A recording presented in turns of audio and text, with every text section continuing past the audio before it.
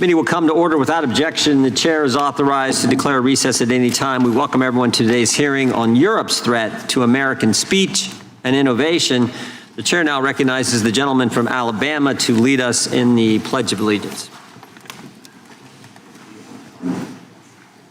I pledge allegiance to the flag of the United States of America and to the republic for which it stands, one nation, under God, indivisible, with liberty and justice for all.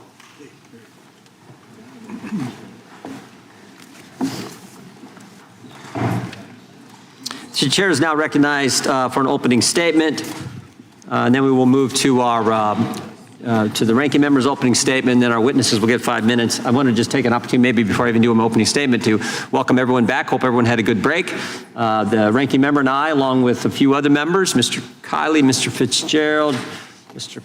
Correa, I think Mr. Swalwell and Ms. Crockett all had a wonderful visit to, and Mr. Cohen, to Europe, where we talked about this issue, and we learned some, I think, some valuable information. And so we look forward to today's hearing and hearing from our witnesses. But first, you got to listen to the chairman and the ranking member talk. On August 12th of last year, Thierry Breton wrote Elon Musk a letter. Thierry Breton's the commissioner in charge of enforcement of the Digital Services Act and the Digital Marketing Act. In the very first sentence, the guy in charge of enforcing this legislation passed by the EU writes this: "Dear Mr. Musk, I am writing to you in the context of recent events in the United Kingdom and in relation to the planned broadcast on your platform X of a live conversation between a U.S. presidential candidate and yourself." So think about it. The guy in Europe in charge of enforcing a European Union law writes an American about an American company, about an American election, and he says the context for the letter, the reason for the letter, are events that are happening in the UK, a non-European Union country. That's not Europe trying to influence what happens here. I don't know what is. He goes on throughout the letter and says this: measures need to be taken to combat disinformation. He said this to Mr. Musk. We're concerned about any, quote, illegal content you may have. And he ends his letter by saying, my services and I, very last sentence, my services and I, non-European Union country, the UK, comments about events happening in the UK. Concerned about this, quote, spillover effect. That is why we're having today's hearing. That's why we went to Europe last month, or actually in July, to study this issue. Now, here's what's interesting. Mr. Breton, after he sends this letter, this committee sent him 2 letters, and then he suddenly resigns. We asked him to come today, but he refused to come. We asked him to send written testimony. He refused to do that. We asked him to appear. He just wouldn't come. I think it's important to remember what the House Judiciary Committee did last Congress. We investigated our government, the Biden administration, their attacks on free expression here in the United States. What Michael Schellenberger journalists called the censorship industrial complex. Big government, big tech, big media, big academia, all working together to censor Americans. And we learned all kinds of things in that investigation. We learned on April 27th of 2022 that the Biden administration had established a disinformation governance board. That's right, a bunch of bureaucrats going to get together and tell you what you can say, what you can tweet, what you can post, what you can read, what's misinformation, what's disinformation, and the new term they come up, what's malinformation. Thank goodness, because many of us raised concerns about that, they disbanded that disinformation governance board. We no longer had that. We heard from journalists like Mr. Schellenberger, like Matt Taibbi, regarding the Twitter files. We heard from Tulsi Gabbard. We heard from RFK Jr., all Democrats, frankly. In fact, I took some heat for that. What are you doing bringing Democrats in front of the judiciary? We brought them in because they care about the First Amendment. It was interesting. When RFK Jr. came in to testify, the Democrats actually made a motion to go to executive session. Kick everyone out. No journalists, no one was allowed. They wanted to kick everyone out, go to executive session so no one could hear what RFK Jr. was going to testify to in a hearing on censorship. You can't make this stuff up. We learned that on January 23rd. Well, think about that, by the way. We learned on January 23rd, 2021, maybe point this one out first, that there was an email. So the third day of the Biden administration, there was an email sent from the White House to Twitter which said, take down this tweet ASAP. And who had issued the tweet? Who had put out the tweet? RFK Jr. So you had the Biden administration trying to censor a fellow Democrat who was going to run against him in the Democrat primary. I mean, that is, and everything in that tweet actually were true statements. So we learned all that last year, and of course our investigation culminated with a letter from Mr. Zuckerberg on August 26, 2024 last year, where he said, yes, the Biden administration pressured us to censor. We did it, we're sorry, and we won't do it again. And Meta, Facebook has now subsequently changed policy. They now go to the community notes policy instead of the, quote, independent fact checker approach that was being used before. We had one other witness last Congress, journalist from Canada, Rupa Subramanya, who I thought said something that was really important. She said, free speech is a core value of Western culture. And that is true, and that's what our concern is. We're concerned about the attacks on free expression in Europe, the censorship, the arrest for offensive posts, the chilling effect it all has on speech. But we're more concerned, frankly, as Americans, about the limits the DSA, the Online Safety Act in the UK, put on Americans' First Amendment rights, and the shakedown, and I think that's the appropriate term, the shakedown of American tech companies under the DSA, the OSA, and the Digital Marketing Act Digital Markets Act in the European Union. These acts target our tech companies that provide the modern town square, and they are the engines of innovation in our global economy. Since the turn of the century, European tech companies have languished behind their American counterparts.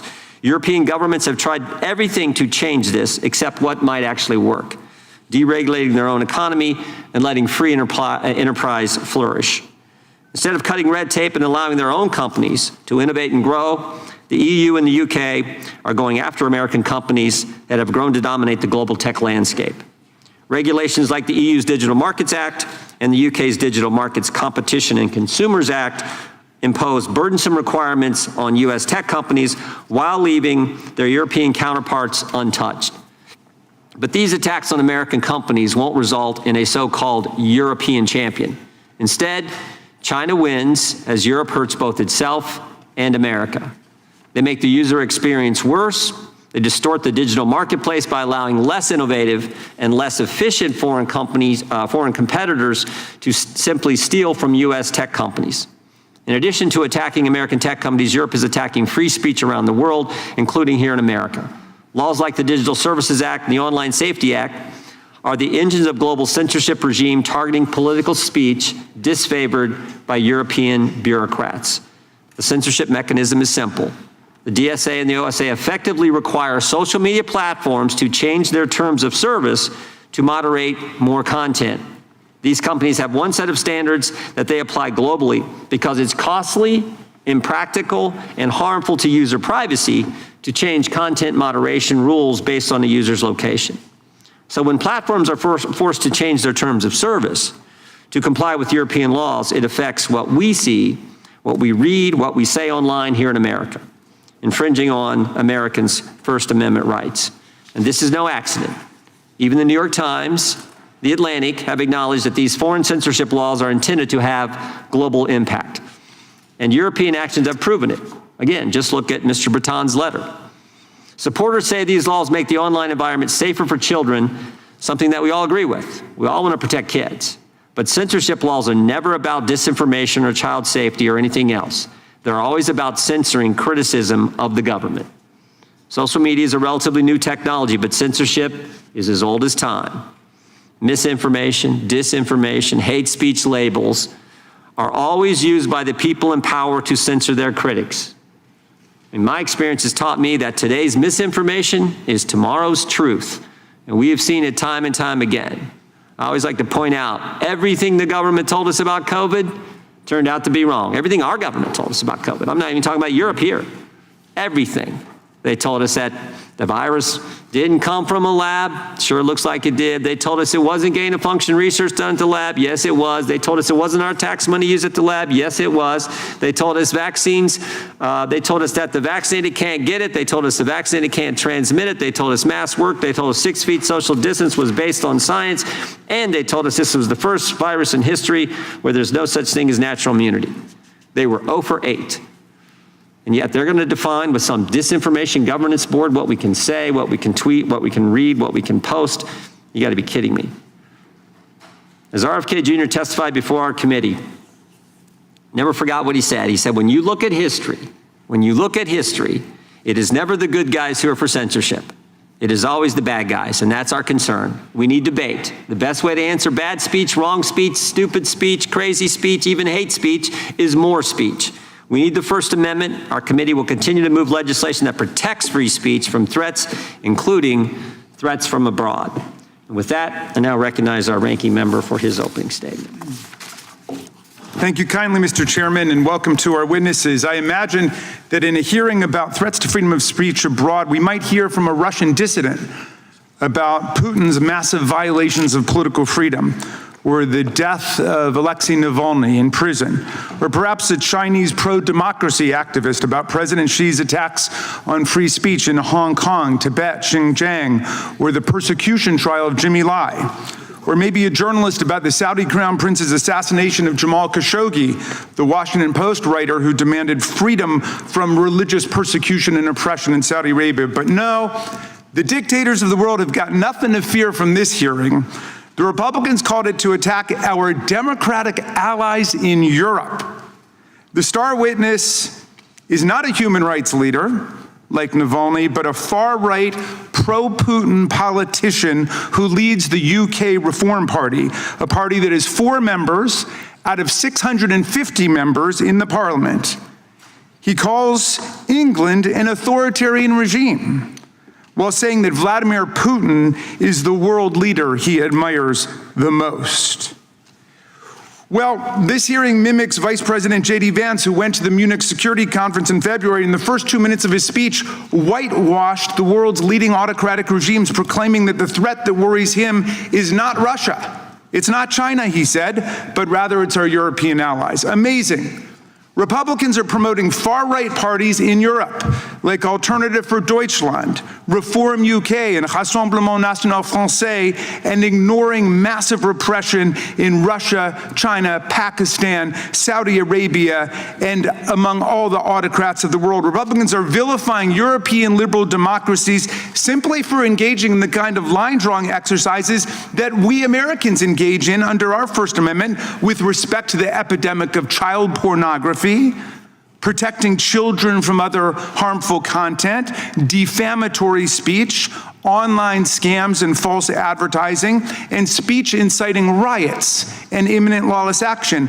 All forms of speech that the First Amendment does not protect and whose tricky contours must still be drawn by law. We could have a meaningful hearing on this complicated subject, but this hearing's just a drive-by hit against a strong Democratic ally to benefit a Donald Trump sycophant and wannabe.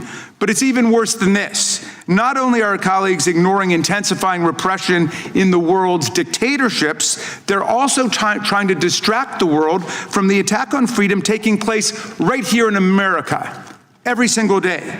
Americans aren't worried about the EU or the Online Safety Act in the UK. We're not worried about white nationalists not having enough license to incite lynch mobs to set immigrants on fire in their bedrooms. Americans are worried that Donald Trump is working to rewrite and whitewash American history in our museums, our textbooks, and our national parks, to destroy PBS, NPR, and public broadcasting, to ban books in our libraries, and to censor any news stories critical of him by installing political henchmen in private broadcast rooms. Americans know that academic freedom is in danger when the administration cancels and withholds billions of dollars in scientific and medical research funding from American universities, even for urgent life-saving studies about breast cancer or heart attacks, as a way to force schools to impose government orthodoxy on curriculum, hiring, admissions, and any student and faculty speech that MAGA considers politically incorrect. Americans see Trump trying to harass, intimidate, control, and shut down the press like ABC, CBS, NBC, NPR, and PBS. The Republican-controlled FCC essentially blackmailed media companies Skydance and Paramount into agreeing to install a spy, a monitor, a minder, I think the Brits might say, to police CBS News programs to make sure that they are being sufficiently Trumpy in giving us the news in order to get approval of a merger from FCC. Meanwhile, Trump sued 60 Minutes and CBS personally for $20 billion for the frivolous cause of action that he thought an interview with Kamala Harris was edited too favorably, and then walked away with a cool $16 million in a shakedown settlement for his library, all part of a now familiar pattern. When Trump doesn't like the news, he sues the broadcaster and unleashes the FCC on them until they pay up and agree to a government spy stationed in their office. Free speech is so much in danger in the U.S. today that if the government tries to violate our rights, we might not even be able to find a lawyer to defend ourselves because Trump is systematically exacting retribution against law firms that represent anyone on the other side of a case against him. Look, our country loves free speech. We fight for free speech. We fought for free speech, and we know it's in danger when students who are lawfully in the United States are taken off the street and arrested without warrants by masked federal agents in unmarked cars for writing an article or attending a rally that Stephen Miller doesn't like. Free speech is in danger when visitors to our country have their social media accounts screened at the border for any criticism of Donald Trump.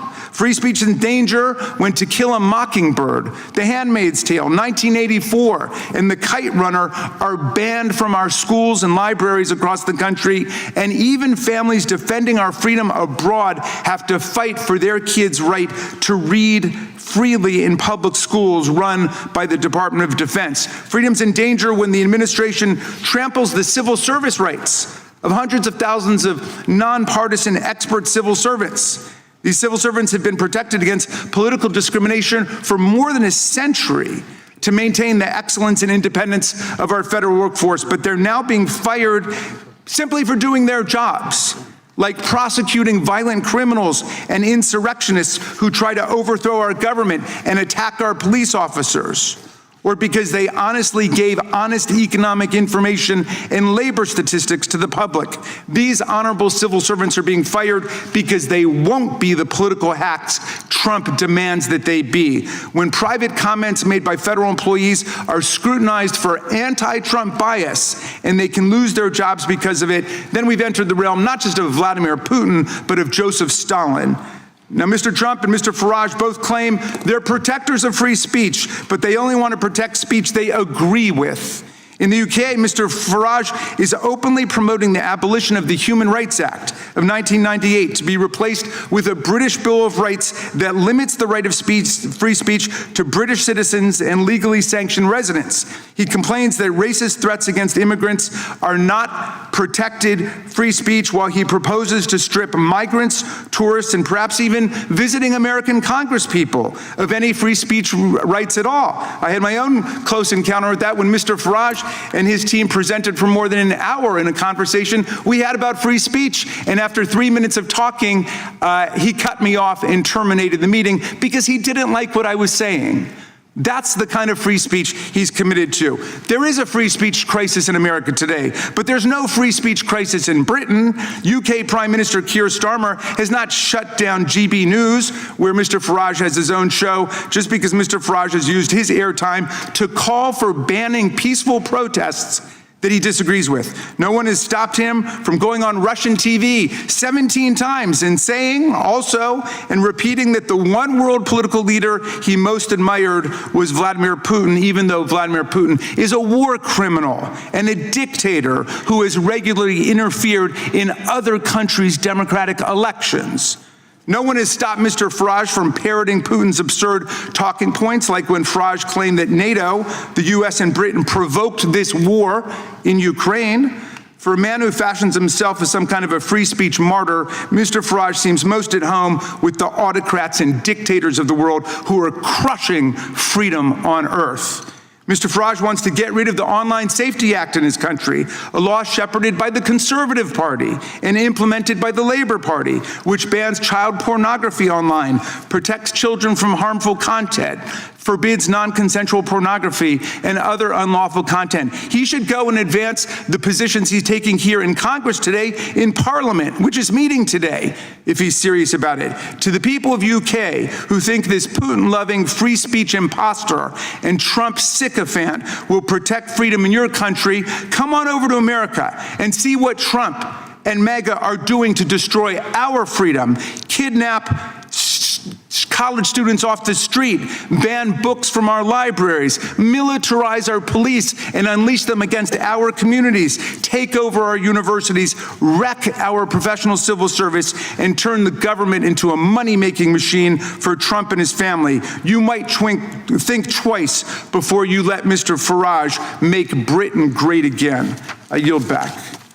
The gentleman yields back. I would just point out that the encounter that the ranking member had with Mr. Farage was a little different at my recollection than how it was described. And I would also point out that the gentleman alleges there's no free speech in America under President Trump, while his staff member is holding up countless number of articles criticizing the Trump administration. I think that's a little bit of a, well, let's say that's not how I think it actually goes. So we now will introduce today's witnesses. We will start with the Right Honourable Nigel Farage. Mr. Farage is a member of Parliament from Clacton and the leader of the Reform UK Party. He is also a television host and was a leading proponent of the Brexit campaign. Mr. Lorcan Price is an attorney with ADF International, a nonprofit organization that works to protect religious freedom, free speech, parental rights, and the sanctity of life. Before joining ADF International, he was an attorney in Ireland. Mr. Morgan Reed is the president of the App Association, a trade association comprised of app developers and connected device manufacturers. He routinely testifies before Congress on matters of interest to his members, including artificial intelligence, competition, and other issues. And we have Professor David Kaye. Mr. Kaye is a clinical professor of law at the UC Irvine School of Law. Professor Kaye previously served as the United States Special Rapporteur on the promotion and protection of the right to freedom of opinion and expression. We welcome our witnesses and thank them for appearing today. We will begin by swearing you in. Would y'all please rise and raise your right hand?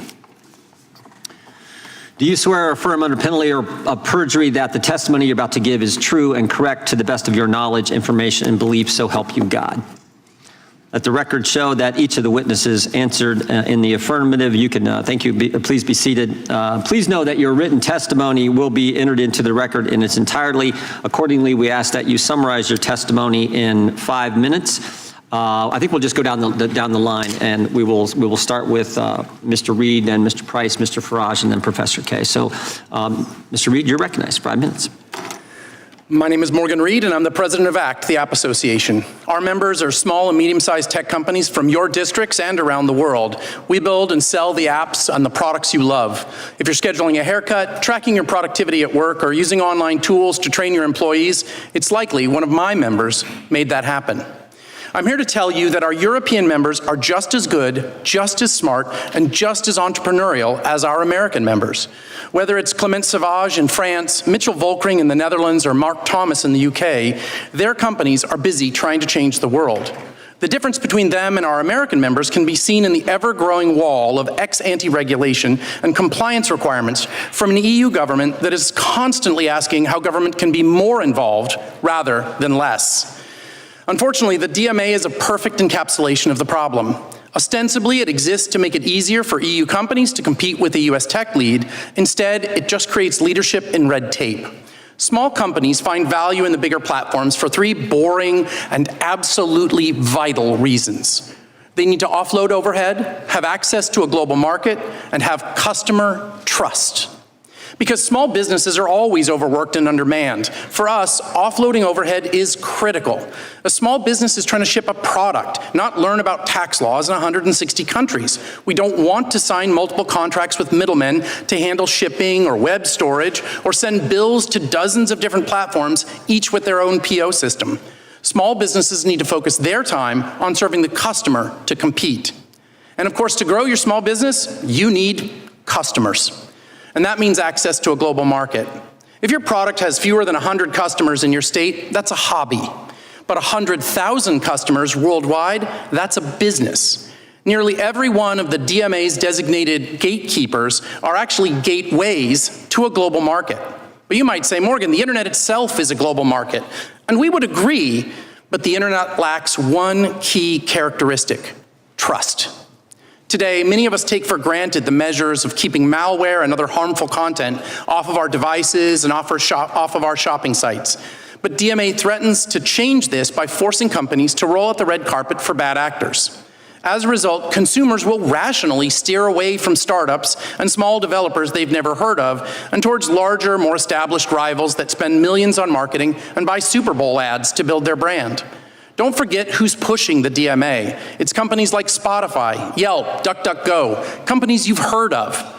And just in case you think I'm exaggerating, the first business to take advantage of the DMA's requirements wasn't some brilliant startup being kept down by big tech. It was an app called Hot Tub, a porn aggregator that can now be sideloaded and could even operate without parental controls. This is the most damaging aspect of the DMA. By forcing the gatekeepers to remove features or capabilities that would keep bad actors off your smartphone and out of your wallet, the DMA demands the world adopt a flea market model, where anybody with a plastic folding table and some boxes that fell off the back of the truck are given the same access to consumers as legitimate businesses. For small businesses, we want the platforms to provide us with ever-improving tools, features, and pricing models to make it attractive. We don't love the big platforms, we do business with them. Because without our products, their platforms aren't worth very much. Without their tools, our overhead goes up, our speed goes down, and trust goes out the window. If we have any ask of the platforms, it's for them to do more, not less. We want them to do more to reduce overhead, more to protect our intellectual property, and do more to maintain those trust relationships. And into this relatively straightforward business arrangement, Europe has injected regulatory walls like the Digital Markets Act, the Digital Services Act, the Online Safety Act, our old friend GDPR, and the newest edition, the AI Act. These laws aren't there to lower friction. They are, as Teresa Ribera at the European Commission puts it, focused on creating a culture of compliance. That's a quote.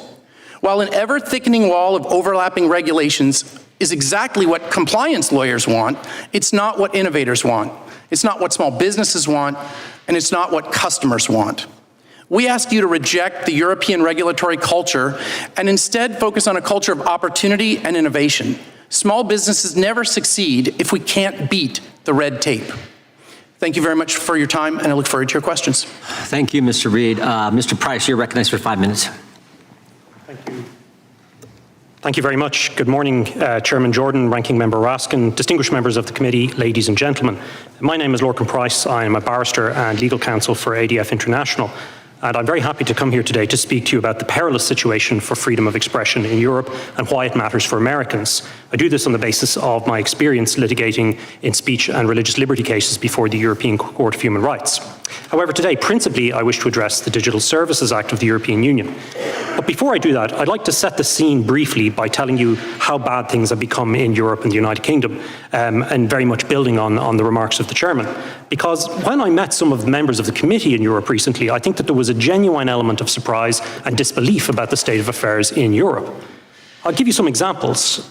In Finland, our client, Päivi Räsänen, a member of parliament, is now in year 5 of a prosecution for simply posting a verse from scripture on Twitter. Our client, Rose Doherty in Scotland, a 74-year-old grandmother, was arrested by offering to have consensual conversations for people. Adam Smith Connor, an army veteran, was prosecuted for praying silently in his head in England. And just yesterday, you'll have seen that the UK police arrested a comedian and fellow Irishman, Graham Linehan, a person I know well, for tweets about gender ideology. German pensioners are having their homes raided and are being prosecuted for insulting politicians. Indeed, one member of the Green Party in Germany has over 700 criminal complaints outstanding for insult. What's happening in Europe is, as Vice President Vance said on St. Valentine's Day in Munich, a serious retreat from a fundamental value, that of free speech. It's a sign that our European political elite has lost control of the narrative, and the Digital Services Act is the response to that, an increasingly desperate attempt to suppress growing public discontent. Why should this matter for Americans? Why should you be concerned? Because of the worldwide reach of European law, the so-called Brussels effect changes regulation in every area that the European Union chooses to regulate, and now they've entered the business of regulating speech. And they're very proud of the so-called Brussels effect when you ask them about it. This new EU law is essentially an anti-speech law, And when you read the case law of the European Court of Justice, statements from senior officials, and the provisions of the Digital Services Act, you can see everything is there to create a digital censorship industrial complex. We see a whole structure of trusted flaggers, codes of conduct on so-called hate speech and misinformation, content moderation for so-called systemic risks. Much of this is hidden in bland technocratic language in the DSA, and our written submissions go into some of the problems associated with it. But it constitutes nothing more than an attempt to bring Brussels regulation of speech onto a global stage. Furthermore, when the European Union is now negotiating trade deals, including with your neighbours to the north in Canada, they insist that the Digital Services Act is part of that. So it's very clearly a global intent. It means that the European Union will set the global standard when it comes to speech. And because of the laws that I just outlined in Europe, the type of prosecutions we're seeing, it's an extremely low standard. It draws, I would suggest to you, a digital curtain where once there was an iron curtain. And US companies bear the brunt disproportionately of this. They're hijacked by the DSA to become essentially the EU's global censorship police, whether they like it or not. The DSA contains expansive powers of investigation, huge compliance costs, and crippling fines if they're found to be non-compliant for removing so-called illegal content. Indeed, I commend your committee's report recently on showing the bias at the heart of the system. As we speak, companies are having to make a decision, an invidious decision between whether or not they defend German pensioners criticising politicians or they comply with the European Commission and with national laws. We know from COVID censorship which is the most likely route they take. Compliance is easier and cheaper, but it is not good for speech. Indeed, yesterday I was just informed by a senior lawyer for a major US company that the Germans are prosecuting a 14-year-old boy for a mild online post. They want the identity of another post outside Germany, and they've launched criminal proceedings against US employees of this company for refusing to pass over the identity information. That's the attitude we're dealing with. We've seen it from Thierry Breton, from others in the European Commission. They want this censorship power and they want it globally. The digital square is one of the great gifts from the United States to the world. It has been transformative for our political discussion. But the EU wants to make itself the sheriff of the square, and it's armed itself with powerful tools. And there are more to come, unfortunately, including the Democracy Shield. I agree with Ranking Member Raskin that it is sad when close allies and democracies do this kind of thing, and we must call them out for it. We must take a stand against this new censorship wave. Democracy requires free speech. I'm looking forward to our discussion and any questions you may have. Thank you, Mr. Price. The Right Honourable Member of Parliament, Mr. Farage, is recognised. Well, thank you very much indeed. Good morning, everybody. Thank you, Chairman Jordan, for inviting me here today. And it turns out, with news in the last 48 hours, to have been really rather timely. I'm delighted to reacquaint with the charming Mr. Raskin. Delightful testimony you gave me earlier on with your speech. But hey, that's fine. You can say what you like. I don't care. Because that's what free speech is. And in a sense, this has all been going wrong now for a couple of decades. We've kind of forgotten the Voltairean principles that we'll fight and defend to the death your right to say something that we fundamentally disagree with. That is the absolute foundation, if you think about it, of free speech, of democracy, of living in freedom. It's kind of why we fought 2 world wars at massive, massive cost to defend that very principle for ourselves and for many, many others around the country. And I first became worried about all this with cancel culture. You know, the idea that we can't have this speaker go to a university because some people might be offended by what he or she have to say. It is important to note that there is not a parent in the United Kingdom, and I would guess it's the same for America too, that is not concerned about content their children as minors can find on the internet. Not a single parent that is not concerned about this. But at the moment, we're not finding the right solutions. I do myself begin to think that hardware might be one of the solutions. That laptops, that handsets could be programmed so that many, many apps and many, many services simply aren't available from these devices. But what we've done is to go down the legislative route. And it's extraordinary that, you know, I come from the land of Magna Carta, I come from the land that gave us the mother of parliaments, and it doesn't give me any great joy to be sitting in America and describing the really awful authoritarian situation that we have now sunk into. J.D. Vance did us all a service at the Munich Security Conference back in February this year. He really got this debate up and running, and it's a vital one. We've run on since then.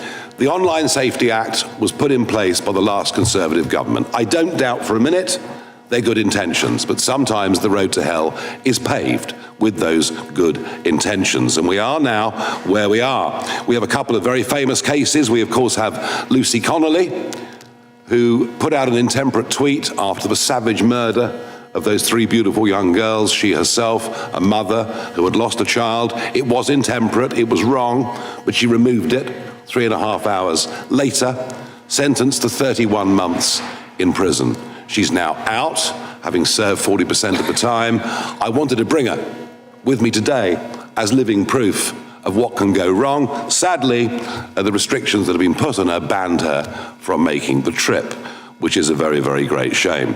And we, of course, have the extraordinary events that we understood yesterday of Graham Linehan, the comedy writer, comedic writer, and he put out some tweets months ago when he was in Arizona, and months later he arrives at Heathrow Airport to be met by 5 armed police. Armed police, not a big deal in the USA, a very big deal in the United Kingdom. 5 of them. And he was arrested and taken away for questioning. He's not even a British citizen. He's an Irish citizen. This could happen to any American man or woman that goes to Heathrow that has said things online that the British government and British police don't like. It is a potentially big threat to tech bosses, to many, many others. This legislation we've got will damage trade between our countries, threaten free speech across the West because of the knock-on roll-out effects of this legislation from us or from the European Union. So I've come today as well to be a klaxon, to say to you, don't allow, piece by piece, this to happen here in America. And you would be doing us and yourselves and all freedom-loving people a favor if your politicians and your businesses said to the British government, you've simply got this wrong.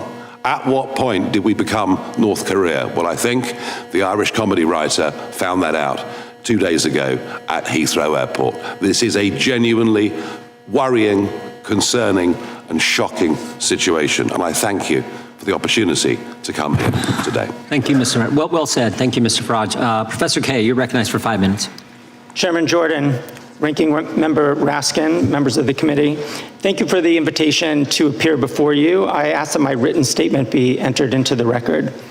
My name is David Kaye. I'm a law professor at the University of California, Irvine, where I research and teach in international law. I know something about censorship. From 2014 to 2020, I was the United Nations Special Rapporteur on Freedom of Opinion and Expression. In that role, I monitored a growing global assault on free speech. Among other things, I led a landmark effort to call out China's attacks on civil society. I detailed repression of media and criticism in Putin's Russia. I condemned Iran's suppression of dissent, and I even criticized democratic governments when they sought to force platforms to take down lawful speech. That is censorship. Violations of the human right to seek, receive, and impart information and ideas of all kinds, guaranteed by Article 19 of the International Covenant on Civil and Political Rights, a treaty ratified by the United States in 1992. Inspired by the First Amendment, it guarantees a speaker's rights and the rights of everyone to access information.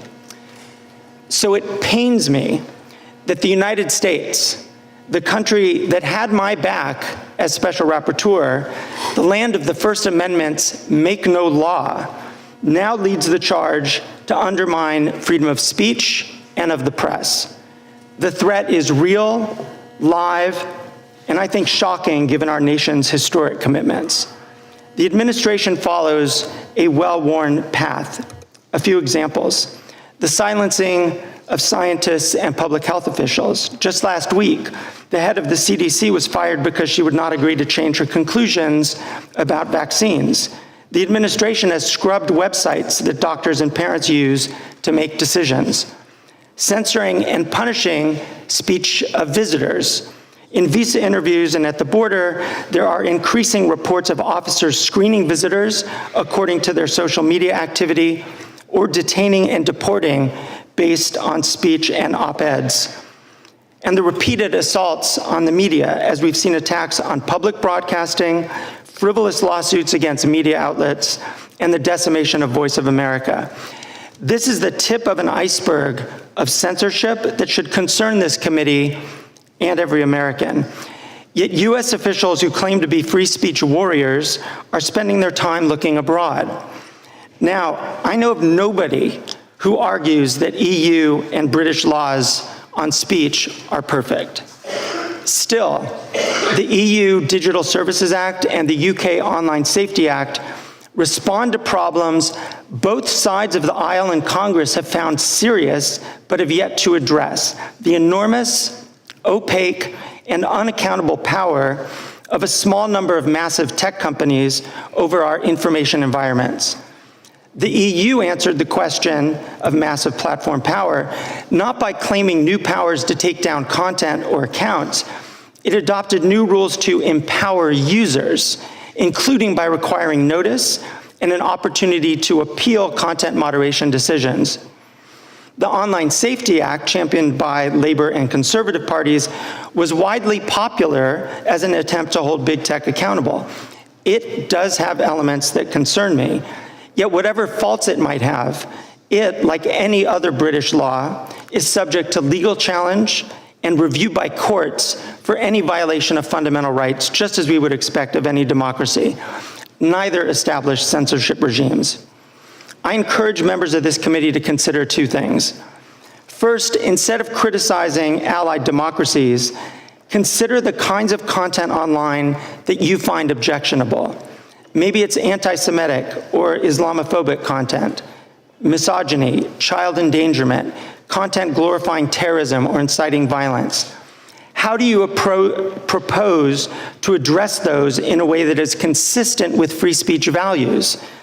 That's not an easy question, and it can't be waved away with just 3 words: because free speech.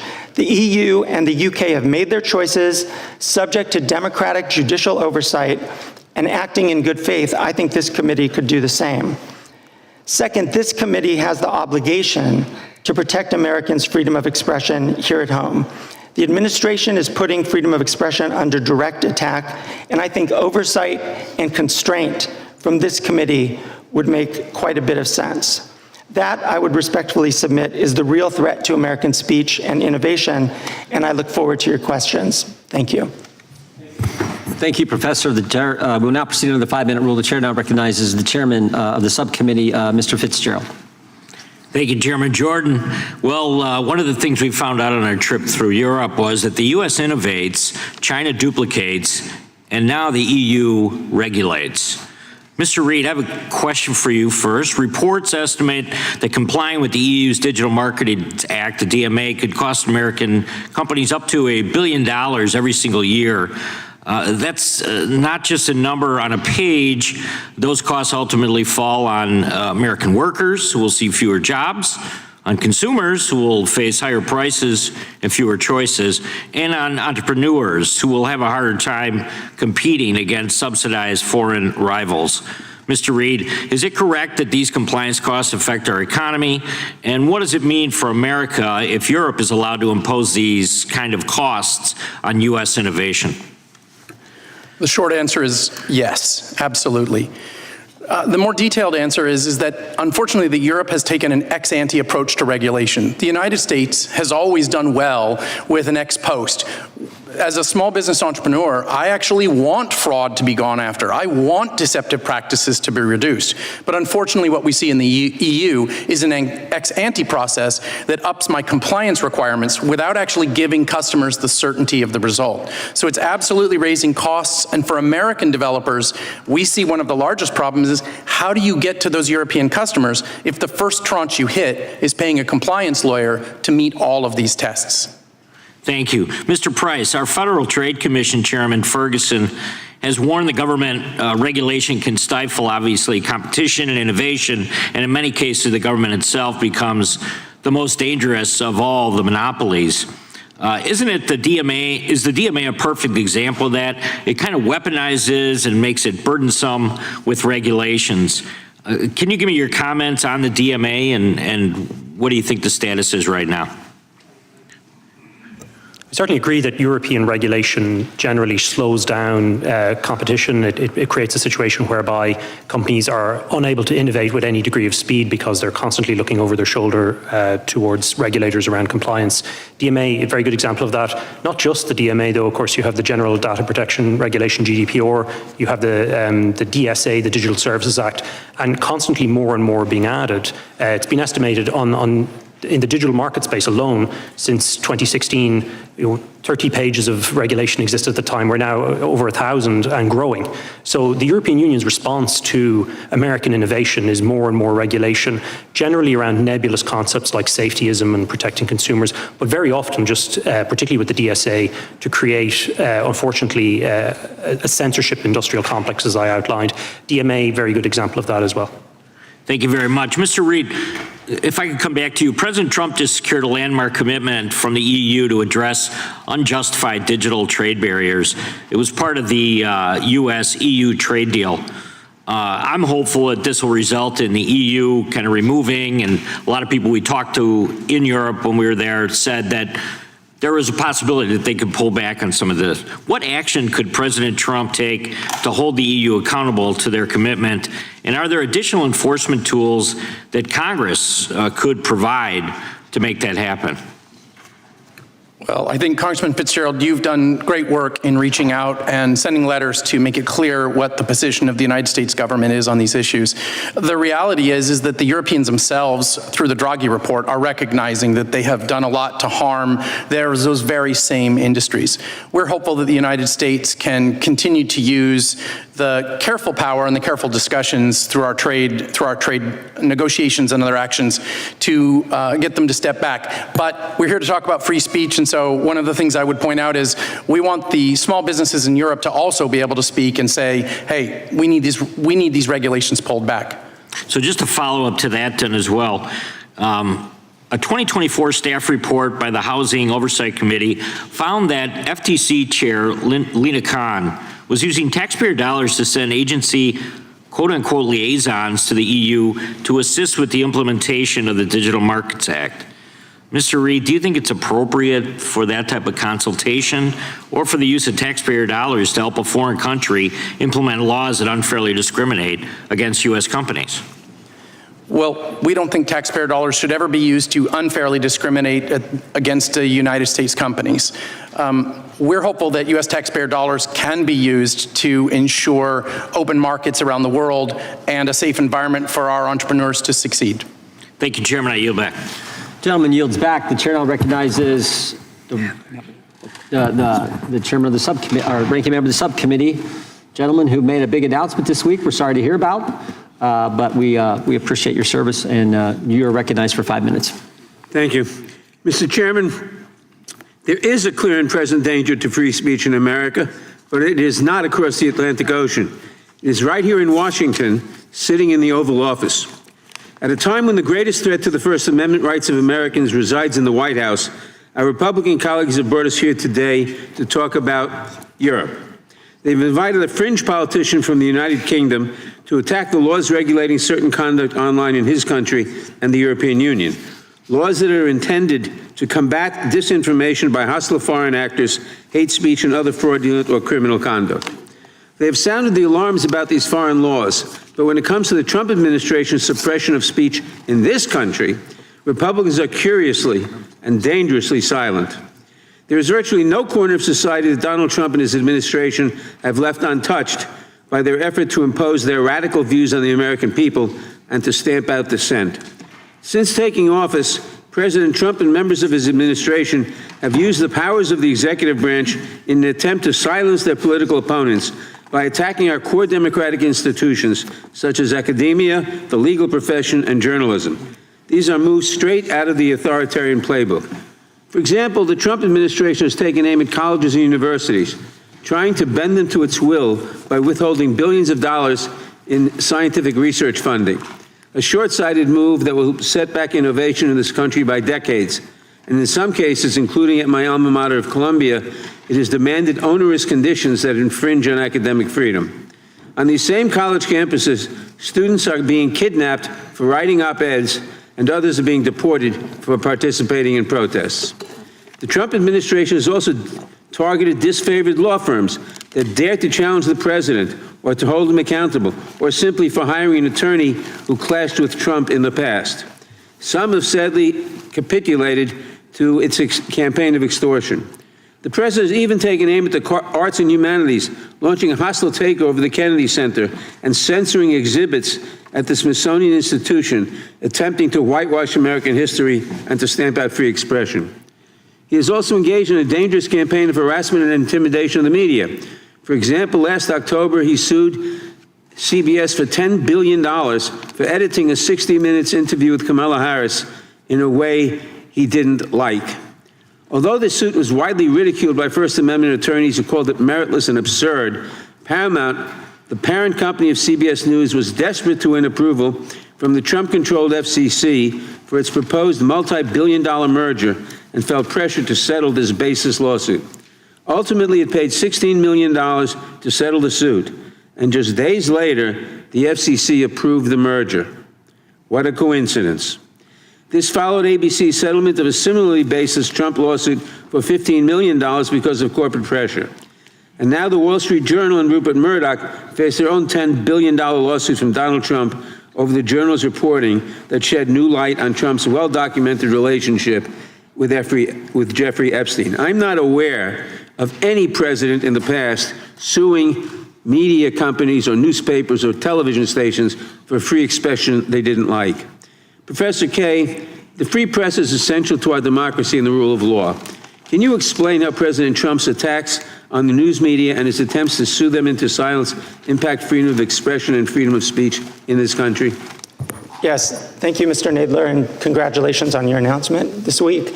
Well, I think it's important to note that when we're talking about attacks on the press, it's not just about attacks on the journalists themselves or the media outlets themselves. It's about every American's right of access to information. It's about the freedom of public debate that we get from a media that isn't intimidated either by suit or by criticism from the Oval Office or whatever it might be. And so I think it's really important to think about these kinds of attacks not only as those on journalists, but on the entire information ecosystem. And I think it's also important for us to realize that we can't pick and choose what censorship we like and don't like. I think the chairman's statement was really correct when he said censorship used by people in power to censor critics, that's at the core. And we should be examining, where do we see that? We tend to see that quite a bit in this country, I think in an unprecedented way. In your testimony, you identified a number of threats to freedom of expression in the United States, including science and public health. It's also been reported that the government has a list of hundreds of words, ranging from issues related to climate change to diversity, equity, and inclusion, that it essentially is banned from government websites and users to make funding decisions. Is this true?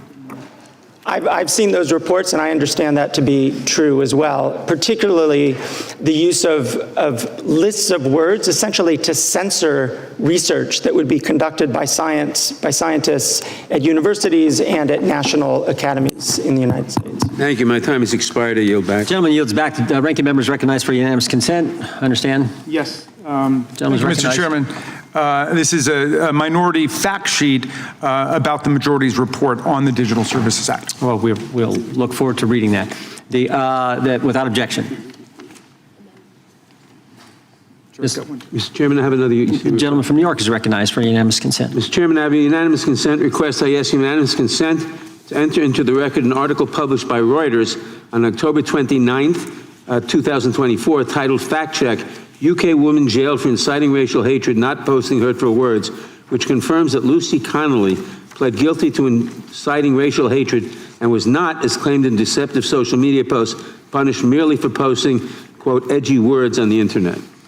Without objection, I'm sure we'll Thank be you, Mr. some Chairman. comments about that later. And the gentleman from California is recognized for 5 minutes. Thank you, Mr. Chairman. Professor Kaye, being a fellow Californian, I'm sure you're aware and could correct the ranking member that our own governor has sued Fox for $787 million. Isn't that correct? I'm not familiar with that. Well, I didn't think you would be, but neither was the ranking member, apparently.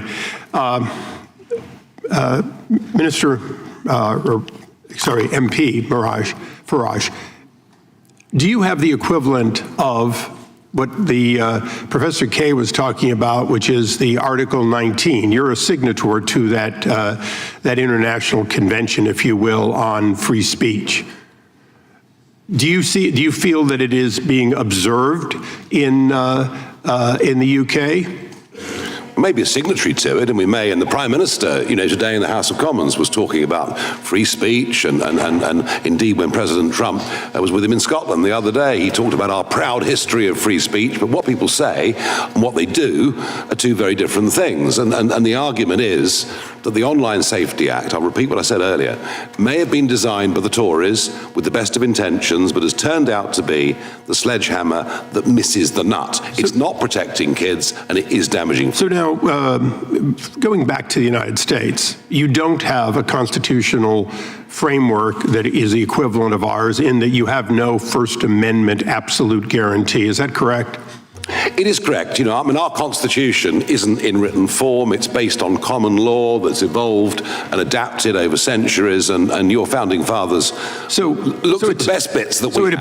So it appears in Europe and in the UK, free speech is whatever the bloody members think it is at a given time, and it changes with the will of the people they elect. Is that right? Yes, but I don't think at any point we've really had a proper debate about infringement of free speech until COVID. And I think COVID changed the game. Okay. I think the government, social media platforms, big media, suddenly there were arguments that needed to be made that were banned. So, Mr. Reed, to your knowledge, and I would go to the professor, but he seems to be ill-informed even on our own governor's lawsuits. First Amendment. In the United States, you can sue for anything. Do you often win if you sue against institutions like Fox, Wall Street Journal? Isn't it true that effectively the First Amendment creates a tremendous shield against anything except malicious, deliberate lies? Not my area of expertise. We can absolutely talk about apps, but as an American, yes, that is absolutely my understanding. And you have no such protection, just the opposite. You have no idea in Europe or in Britain about what is going to be allowed or not allowed. In other words, you don't know where to call balls and strikes. You just simply have to pay the fines when you get to them. Well, I only carry one passport, so I'm more aware of the American laws, but that is my understanding correct. Okay, now, we do have a First Amendment, and we are a signatory to Article 19. So I'm going to go a little bit into opinion. Now, I'm the author of No Censorship on Our Shores, meaning, Mr. Price, I know you're familiar with it, I'm not going to tolerate censorship overseas and then have those people come to the United States. Now, Professor Kaye may object to the idea that I'm not going to let people who have been involved in censorship come into the United States because I think it's unacceptable to get away with that overseas. But let's be reciprocal for a moment for Mr. Reed and for everyone. If we're seeing Europe and the UK and other countries stifle what we are guaranteed in the U.S., and particularly arrest somebody for what they said while on U.S. soils, shouldn't this administration be just as strong and reciprocal that we will not tolerate that activity even off our shores. And isn't that ultimately what the United States must make available to the world, essentially guarantee the First Amendment to anyone, anywhere, if they want to do business with the United States? Mr. Price. The leadership of the United States on this issue has been transformative for the discussion in Europe. And from the President, Secretary Rubio, and the Vice President, they have transformed the issue, and I hope more comes. So, to the fringe parliamentarian, as you were called, and probably the future Prime Minister, what say you? Yes, for Mr. Nadler's benefit, it's a very big fringe, and we're doing rather well, but there we are. Look, you know, if you were to follow, Mr. Eisler, the logic of your argument that you were to ban people from entering America who would pass legislation that was prejudicial against American companies or American citizens and would threaten them with potential arrest if they came across the other side of the pond. I think the practical difficulty with that is you'd have to ban the British government, the entire Labour Party. So I'm not sure in practical terms that it works, but I understand the sentiment. Thank you. I yield back. Gentleman yields back. The gentlelady from California is recognized for 5 minutes. Thank you, Mr. Chairman. Let me be clear. I am not here to defend the European laws, and I've often criticized the approach of European countries to internet-related issues. It's really generally wrong-headed. But I don't really think that's the point of this hearing. I think the real threat to the First Amendment isn't coming from Europe.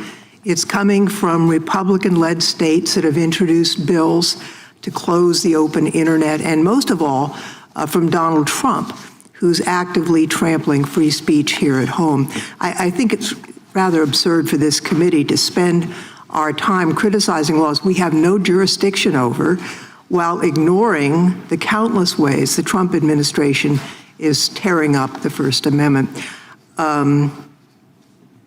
If this committee is really serious about protecting free speech, we need to focus on the Trump administration's literal assault on the First Amendment that's happening right here at home. So, Professor Kaye, I have a series of questions for you. Do you think that arresting international students for being critical of U.S. foreign policy is an attack on the First Amendment? Yes, absolutely. And isn't that because it's not just the right of the person to speak, but the right of all the rest of us to hear? The First Amendment isn't just about the speaker, it's also about the listener. Isn't that correct? Right, that's true. Now, a federal judge agreed with you and with us, warning that arresting students for their views chills the speech of millions of Americans. The government can't punish speech simply because they don't like its content. This year, as has been mentioned by others, President Trump's FCC blocked the CBS merger until the network agreed to change its programming and install a so-called bias monitor. The head of 60 Minutes resigned, saying he could no longer make independent decisions about the news. Doesn't that sound like a violation of the First Amendment's guarantee of a free press? It does, and I think it's important to underline that restrictions on free speech don't come just from a law or the police outside your door. It can come from a whole network of intimidation, of public attack that really does chill speech, including the kinds of attacks that lead to deportations of people who are here just to study. Since January, the Trump administration has revoked over 6,000 student visas because the speech of these students didn't align with what Trump agreed with. And now they're doing the same to immigrants who are applying for citizenship. Does that raise First Amendment concerns, do you think?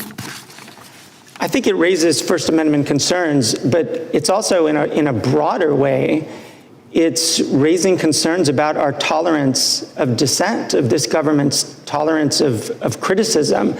And not everything is specifically about the First Amendment and the ability to enforce it in our courts. Sometimes it's about leaders in our country actually promoting a culture of open debate and open access to information. The very things that we've heard a lot about already this morning, a kind of marketplace of ideas that some people still talk about, that's not just about what the law provides, that's also about how our leaders behave towards that kind of open debate.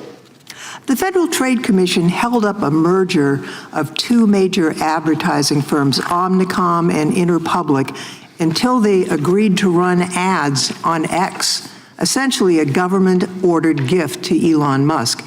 Isn't that a blatant violation of free speech standards, forcing private companies to promote speech they otherwise wouldn't?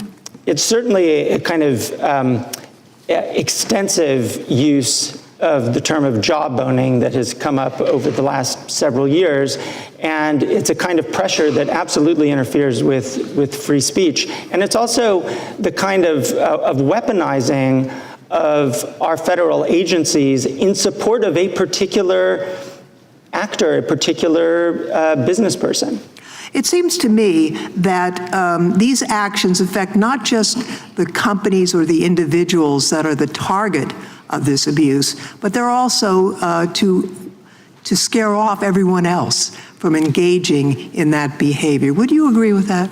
Yeah, absolutely. I think that what we're seeing right now with just this essentially a kind of avalanche of restrictions and intimidations of free speech in this country, that it's designed to chill that kind of debate. It's designed to chill whistleblowers, to chill scientists, to chill professors and students. I think that's essentially what we're witnessing right now.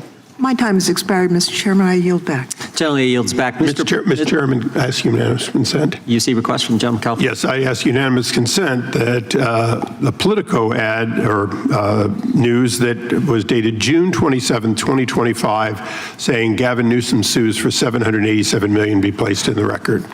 Without objection. Mr. Price, has anything in the Digital Services Act changed in the last year? No, sir. Hasn't been amended, hasn't been changed at all? No, sir. So everything Mr. Breton wrote 1 year ago today, well, August 12, 2024, that's still in place, where he said to an American running an American company about an interview that was yet to happen, future interview, threatened this individual. None of that nothing in the law has changed that would change what the actions this individual took. Nothing in the law. Just because Mr. Breton's gone doesn't mean Ms. Verkunen can't do the same darn thing, right? Precisely. Yeah, and that's the concern. Mr. Price, is this statement, we need to take back our country, is that statement hate speech? We don't really know what hate speech is. It's so vague, and that's the problem with it. I wouldn't regard that as hate speech. Well, you may not, but the EU regulators do, because they had a workshop on May 25th where this is part of our investigation, material we'd subpoenaed. They gave us this information. They said it is hate speech. That's a concern. Right? Yes, sir. And it could be made by an American and be termed hate speech, and there could be some ramifications for Americans' First Amendment liberties. Is that accurate? Yes, sir. Okay, Mr. Price, what's a trusted flagger? A trusted flagger is an NGO or a private organization that's recognized under the DSA, and if they identify or a complaint has been made... Wait. Recognized by who? Oh, the terms of the DSA. Oh, and the national regulators and the commission as well. Okay, and they do what? So they're recognized by the government. They're approved by the government. Yes, all right. And what do they do? If they identify content that they regard as illegal content, the companies have to give priority to removing that content. Oh, so people that the government approves tell companies what they can allow on their platform and what they can't. Right? That's correct, sir. And the same people who approved these folks are the same people who conducted the workshop and said, we need to take back our country as hate speech. Is that fair to say? That's correct, sir. Yeah, and that's the concern. And what happens if these trusted flaggers approved by the government, the same government that says we need to take back our country as hate speech? By the way, I think that statement is made probably more by Democrats right now than Republicans. I think the head of the Democrat National Committee made that statement like 3 months ago at a big Democrat rally or something they were having. So the same people who say that's hate speech approve the trusted flaggers, who then tell the platforms what they can and can't have on their platform. And if they don't agree with what the trusted flaggers say, there's civil penalties. Is that right? Yes, sir. Both under national law and the DSA, investigations begin, and there's a whole process that can result in enforcement and then ultimately crippling fines for companies. And those crippling fines, those civil penalties can be what? 5%, 10% of global revenue, depending on the Online Services Act or the DSA? Under the DSA, 6%. 6%? Wow, that's a lot of money because these are big companies, right? Yes, sir. Now, Mr. Farage, it's not just civil penalties, though. And this is where it gets really scary.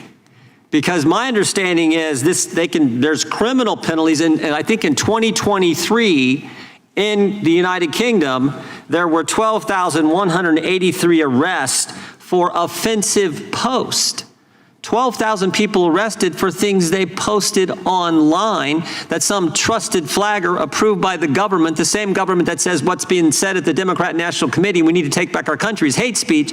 That's a scary scenario. Is that right? Yeah, they're massive statistics, and I mean, some of it comes under non-crime hate incidents. So you've said something on social media, someone's taken objection, and you get the knock at the door from the police sort of warning you that if you do this again, something may happen. And this has now been broadened out. I mean, Mr. Price made the point, what is hate speech? How do you define hate speech? And that's the problem, isn't it, with all of these laws, that we finish up in a position where local police forces, etc., have to choose their own interpretations. I think, again, as I said to you earlier, the timing of this hearing today is perfect because the head of the Metropolitan Police, who arrested Graham Linehan at Heathrow Airport, he's thrown the ball back now to the British Home Secretary and the government to say, please tell us, what is this law intended? What are we supposed as the police to do? So I think we're going to have a much more rapid debate about this. But my worry is it may get worse, if I may quickly, because the Labour government now are intending to pass a law that has a definition of Islamophobia. They're intending to put that into law. And that effectively will mean that criticism of a religion, mocking of a religion, would become an offence. And that's totally against everything. Well, because we've always given the Pope a hard time. We've always given the Archbishop of Canterbury a hard time. So we're finishing up kind of with two-tier law and two-tier justice. Well, speaking, and that's very concerning. I had one other question I'd like to get from maybe you and Mr. Price, if I could. Speaking of religion, tell me what performative prayer is. This is something we've seen or we've discovered in our investigative work. Maybe we'll start with Mr. Price, then go to Mr. Farage. Yes, sir. We have a client at the moment who's been prosecuted or was arrested in Bristol for a Christian pastor preaching about the differences between Christianity and Islam. He was then assaulted by a group of people identifying as Islamic people. The police arrived and they arrested him, not the people who assaulted him. This is the state of play in the United Kingdom in terms of free speech. And unfortunately, across Europe, I mean, I have a whole file of cases here where people have been arrested for criticisms of Islam, where they've been prosecuted. So things are getting pretty bad. Yeah, that extends to abortion clinics, doesn't it? And the abortion debate in Britain and Europe is different to the abortion debate in America. It's in a different place. But we have seen people warned or arrested if they've been seen to be praying outside abortion clinics, even if they're doing it silently. Hence, it's performative in the sense they're doing that. You know, I'm afraid you now have to be a certain distance away from one of these clinics. But if other members of the public object and say that your praying there is causing them psychological harm, well, the police may intervene. Thank you. Chairman, may I comment on one of these issues, just very briefly? Is that I'm fine if the ranking member, okay. I may have to ask you a question after you comment. When you do that, go ahead. I realize I'm opening the door. Yeah. I just wanted to note on this question of what is hate speech. First off, the question of identifying hate speech is not something that happens in a vacuum. In the UK, in Europe, there are very strict rules around the definition of hate speech that connect it not merely to speech, but to incitement. So it's incitement to violence or hatred or discrimination. And I think that's just an important baseline point, that this isn't just about pure speech, it's about the kind of speech that might lead to violence. And related to that, when you mentioned this hypothetical of take back our country, and is that hate speech? My understanding is that that came up in the context of a hypothetical related to persistent harassment of a Muslim girl. And that was the hypothetical. And the question was, in that particular context, did that constitute a kind of incitement to some violence against this young girl? So I think it's important to put some of these kinds of abstract questions into that kind of context. Professor, did you agree with the Biden administration when they established the Disinformation Governance Board? I didn't take a position on that. I do think that disinformation is an issue that... The government should be deciding what we can say and what we can't? Absolutely not. Okay, well, that's good to know. I'll give the ranking member a little extra time if he so desires. With that, I'll recognize the gentleman from Tennessee. Thank you, Mr. Chair.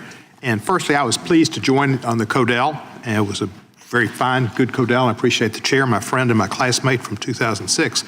One of the things I found most heartening about the Codell, we had a tour of Parliament, and along with us were two conservative members who were, I think they were either in the House of Lords, maybe one was in the Lords and one was in the House of Commons, but they talked to us about Magna Carta and about how it's the basis of our laws, and there was a copy there and copies here and there and whatever, but how precious the Magna Carta is. And they suggested to us that a legislator, this was in the House of Lords where he spoke, that a legislator is not somebody who votes.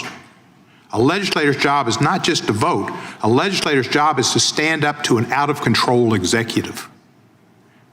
Very telling for British Parliament members to instruct us on what we should be doing, and I thank him for that. I'm a strong supporter of free speech and always have been, but I find this hearing a bit disingenuous because of the problems we have here in America.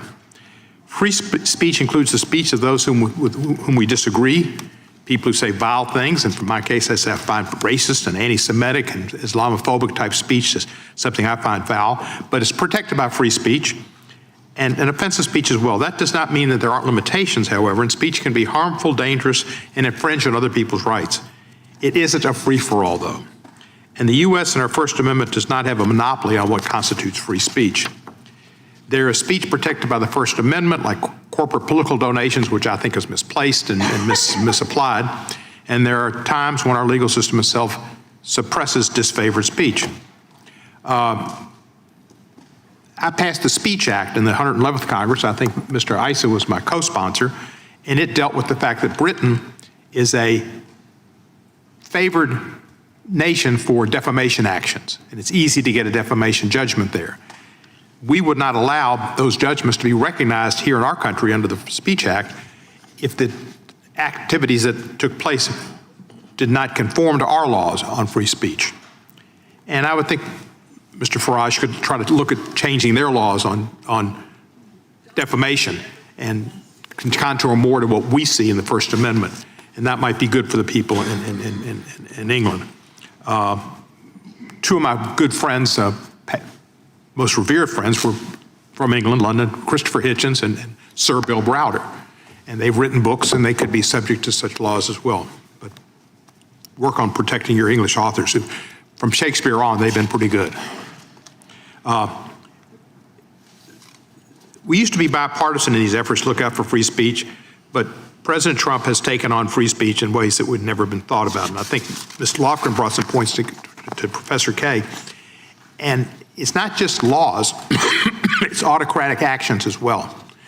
President Trump, as Mr. Dalio said clearly, but so many other people have said it and felt it, is bringing us on the verge of an autocratic state. And his actions in trying to bring law firms to their knees, colleges to their knees, federal employees, students, et cetera, is anti-free speech, anti-opportunity, and fear for themselves and their futures if they speak out. Even Congress people could be subject in the future, I'm sure, with some of the ways we're seeing this Justice Department act with questions about their speech. Our president has sued every broadcasting company almost, and they've gone after CNN, they've gone after NBC, and they pick some of these fringe people to pick on the Ukrainian president about his attire. It's bizarre what's going on in our country, and I'm concerned. They try to silence and shake down those who don't conform to whatever the president thinks. We need to understand that his review of the Smithsonian exhibits and other African American museum and saying there was too much emphasis on how bad slavery was. I don't know how you could find anything good about slavery, and Edwin Starr, who's a singer, would tell you slavery, like war, there's absolutely nothing good about it. So we shouldn't be trying to. Professor Kay, How would you compare, from your expertise, how we evaluate and compare with relative states of freedom of expression written in the United States? Where do you see the comparisons? Well, I think right now we're at a very dismal place in the United States, but I do think that it's also worth thinking a bit about some of the issues that Mr. Farage raised. So, for example, he mentioned the issue of a law against Islamophobia, but there's also a lot of discussion about laws against anti-Semitism and against other attacks on people on their status, on the basis of their religion and so forth. Those are actually valuable conversations to have. But you can't just sort of pick and choose which censorship or which restrictions are okay and which are not. You really need to have a general view as to what's appropriate. And I think, again, the chairman's point about censorship being a focus on criticism is the appropriate one. And to the extent that we can make that comparison, which country is really doing more, or which countries are really doing more to tamp down, to silence critics, that's the harm to our democracy. And right now I see that more in the United States than I see in Europe or the UK. Thank you, I'm the gentleman, Professor. Mr. Barber. And I'd just like to say to you, welcome. I have a lot of British friends and respect for Britain. I have a great time when I'm there, but I'm happy we won the war. The gentleman yields back. Gentleman from Arizona is recognized. Thank you, Mr. Chairman. The statement that Trump is bringing us to the edge of being an autocratic state in and of itself disproves the premise of that statement. Think about that. It's absurd.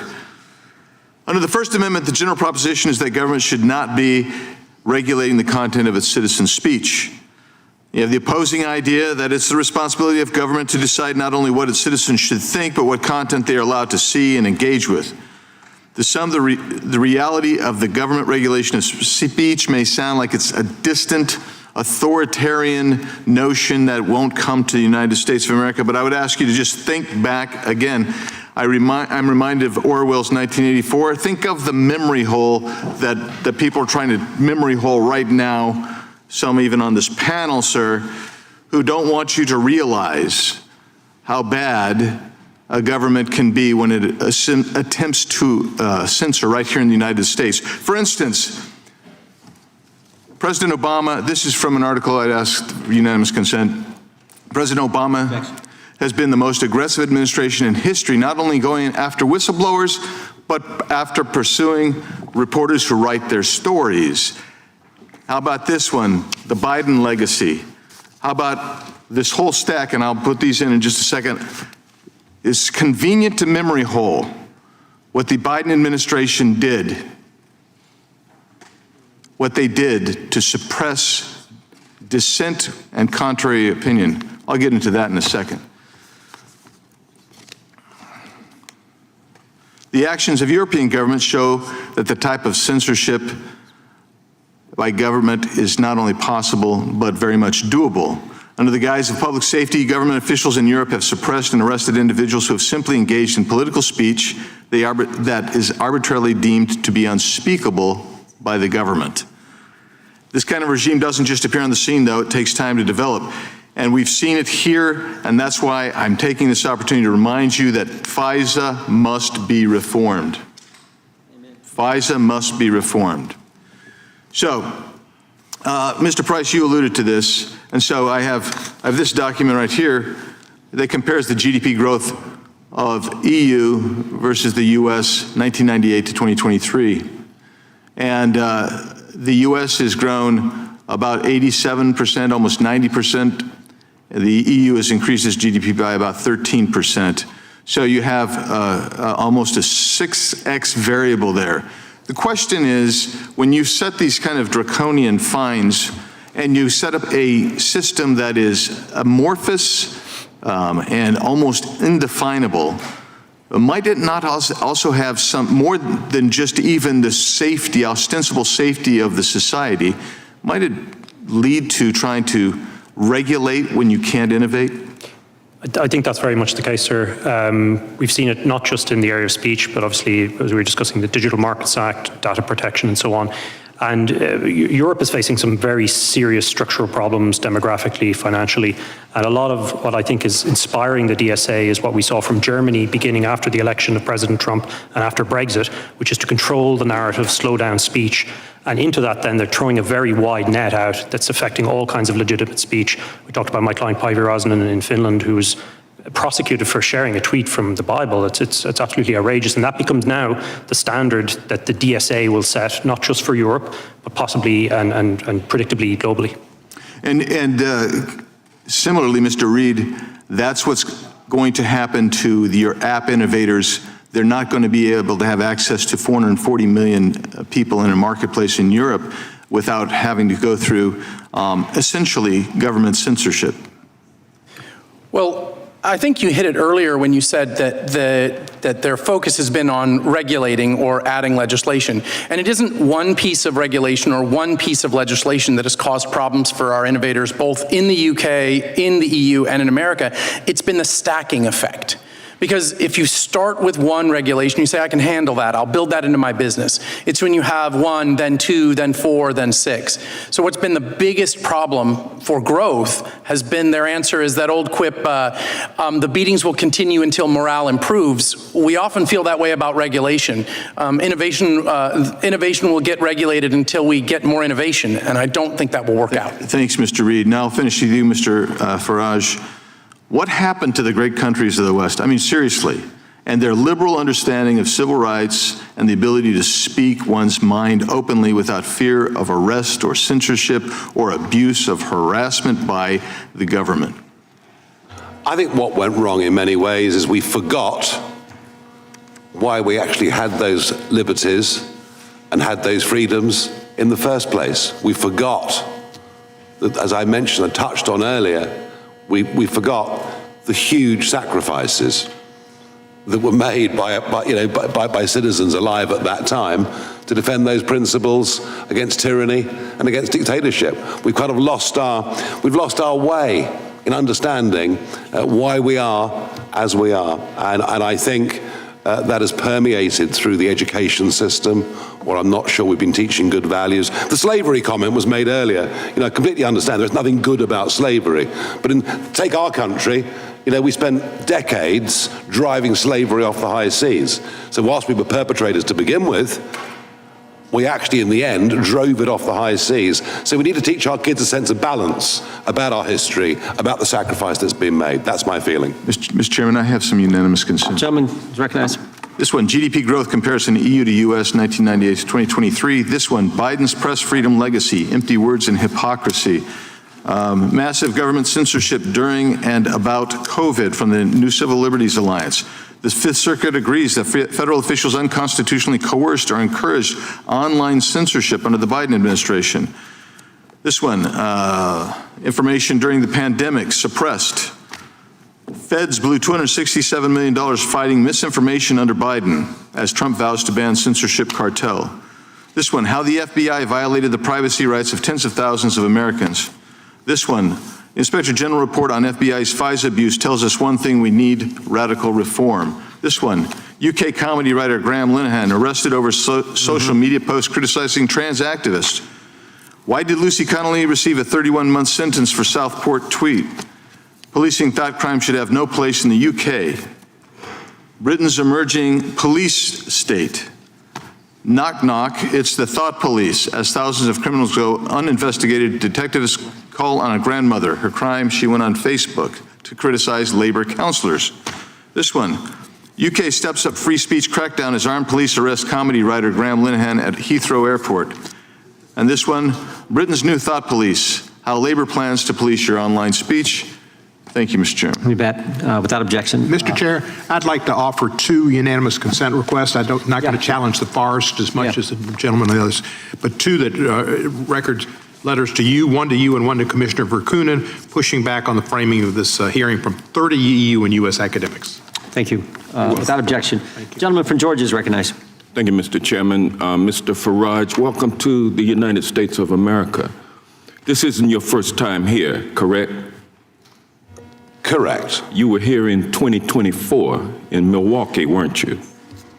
I've been coming here since 1982 on a very regular basis. I work for American companies. What for many, purpose many were years. you coming to Milwaukee for? Why did you come to Milwaukee? I've been in Milwaukee many times. I think Well, that particular in event 2024 was the convention. the convention, the Republican I think convention. that's right. I think you're right. The Trump convention, I think you're right. Very good. where Trump was coronated. Well, he won, didn't he? I mean, yes, he had that's what already kinda won. happened, We already knew who had won. It's called And political it was parties. his coronation, and you attended, and you also attended Trump rallies, correct? I've attended lots of Trump rallies. Make America Great Again rallies, Yes. many of them. And you Upbeat, publicly, optimistic, happy, you- wonderful, joyous you events. publicly Yes. endorsed his... I thoroughly enjoyed them. I've even spoken to You them. endorsed him for president, and you attended his election night watch party. I did. And you Guilty. consider Trump to be your mentor, correct? No. He's not your mentor? No. But Sorry. he is somebody who you want the support of, and you have the support. Yes, I do. I think he's a very, very brave man. Because I you think are view getting of the ready to world run for is, Prime Minister of Great Britain, correct? Oh, I've been trying for years, yeah. And as it stands right now, you head up a party. How many seats in the Parliament are there?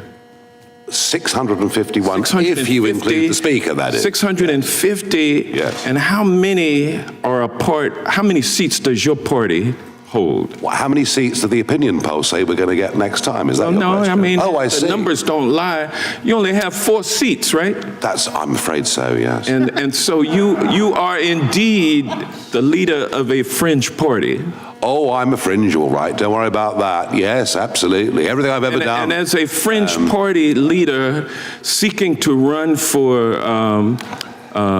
Prime Minister of Great Britain, you need a lot of money in order to blow up like the MAGA movement has blown up. What you need is a message of truth and a message of hope. And Well, you need money also, right? Money's helpful, but it's not the primary thing you need. So the first thing that you're came wrong. out of the chair's mouth this morning during his opening statement had to do with Elon Musk. Yeah. And you're carrying water for Elon Musk today, aren't you? From what I can see, Elon Musk is abusive about me virtually every single week, but it's a free country, so, But you he's never entitled stop to do that. trying to ingratiate yourself with him. Wrong. Well, I mean, wrong. You are familiar with the fact. wrong. I have. You are familiar with the I have had fact, public- Mr. Farage, I have had a that public fallout with Elon Musk. that Donald Trump's campaign benefited to the extent of $250 million from Elon Musk. Well, I mean, how much? You are familiar with that, correct? How much did Mr. Zuckerberg give to the Democrats? I mean, this is what happens, and people are. Well, he didn't give any money on Musk. Let me be clear. to the Democrats. I have had. He was sitting behind Trump with the rest of the tech bros, and you are here today I'm going to answer your impress question. all of those tech bros, including Keep going Elon as long Musk. as you Isn't want. that correct? I'm going to answer your question very, very honestly. You need money from Elon Musk in order to get elected Prime Minister of Great Britain. That's the bottom line. Isn't that correct? We consider all day, as long as the chairman allows us. I don't mind. I had a very public falling out with Elon Musk. But you're still trying to get some money from him, though. Over a political issue. It's not about the prior disputes. I'm sorry, You're it was trying to fundamental. You're trying to ingratiate yourself with the tech bros by coming over here and trying to. Can I get a cup of coffee or something? And you're arguing. Be here a long time. What you're arguing is that the citizens of Great Britain should pay a tariff if these tech companies are not allowed to violate the laws of Great Britain. No, I'm not. That was a falsehood put out by the British Prime Minister today. You didn't say at in your Prime Minister's statement. questions. I have never. In your statement. I have never suggested any of the kind. You don't My call for statement is very tariffs clear. as tools to My force statement is Great very Britain's. clear. My statement is very. You are not It calling might surprise you. You are not Mr. calling Johnson. for. It might surprise you to know tariffs and trade sanctions. Trade, you may not know this, but trade between our countries is actually rather important. You are the biggest investor in our country, and we're the biggest investor in yours. Time of the gentleman from Georgia has expired, but the gentleman What you've be able done, to say sir, is some kind come of here response. to the United States. Regular order, Mr. argue Chairman. The that time- your He's been citizens rude, should he's been pay a disgusting, tariff. he's been hilarious. Hang on. No. The gentleman's time has expired. I feel like we should give Mr. Farage a chance to respond to one of the many questions he was not allowed to respond to. So we'll give you 30 seconds, Mr. Farage, and then we'll move on to our next one. Because I know Mr. Farage does have to leave in about an hour, so we want to get through as many members as we can. Number one, I had a public fallout over a political issue with Elon Musk. I can't be bullied by anybody. I haven't changed my mind. Last time I looked, he was being spectacularly rude about me yesterday. That's life. If we believe in free speech, we live with it. What I have made very clear. Fixated on. What I've Hang on, made. hang on. Sorry, no, this is my turn, I think. Yeah, you got another Thank you, 15 Mr. seconds. Chairman. What I've made perfectly clear in this paper is the situation we've got with successive pieces of legislation, including now the Online Safety Act, is a danger to trade between our countries, and allies and friends and trading partners have honest conversations with each other. I hope many American companies and politicians have honest conversations with the British government. done it. I've not suggested sanctions at all in any way. Good luck on your race. The gentleman from California is recognized. Thank you, Mr. Chairman. First, I'd remind my colleague from Georgia that President Trump was openly nominated after decisively winning the primary votes across the country. That's in open contrast to the Democratic nominee, who has decreed the nominee of her party in spite of the fact she did not receive a single primary vote. So I would be a little careful if I were him about talking about coronations. I do agree with my Democratic colleagues that we need to be on guard against suppression of free speech, whether it's coming from the left or the right. But I disagree with them that the chief executive regulating the executive branch's communications or conforming executive agencies and grantees to executive policy is somehow a threat to free speech. The executive branch is designed to speak with one voice, a voice chosen every 4 years by the people. And I disagree with them that suing for defamation is an infringement on speech in a legal system where the truth is an absolute defense. The threat to democracy is from the government regulating other people's communications.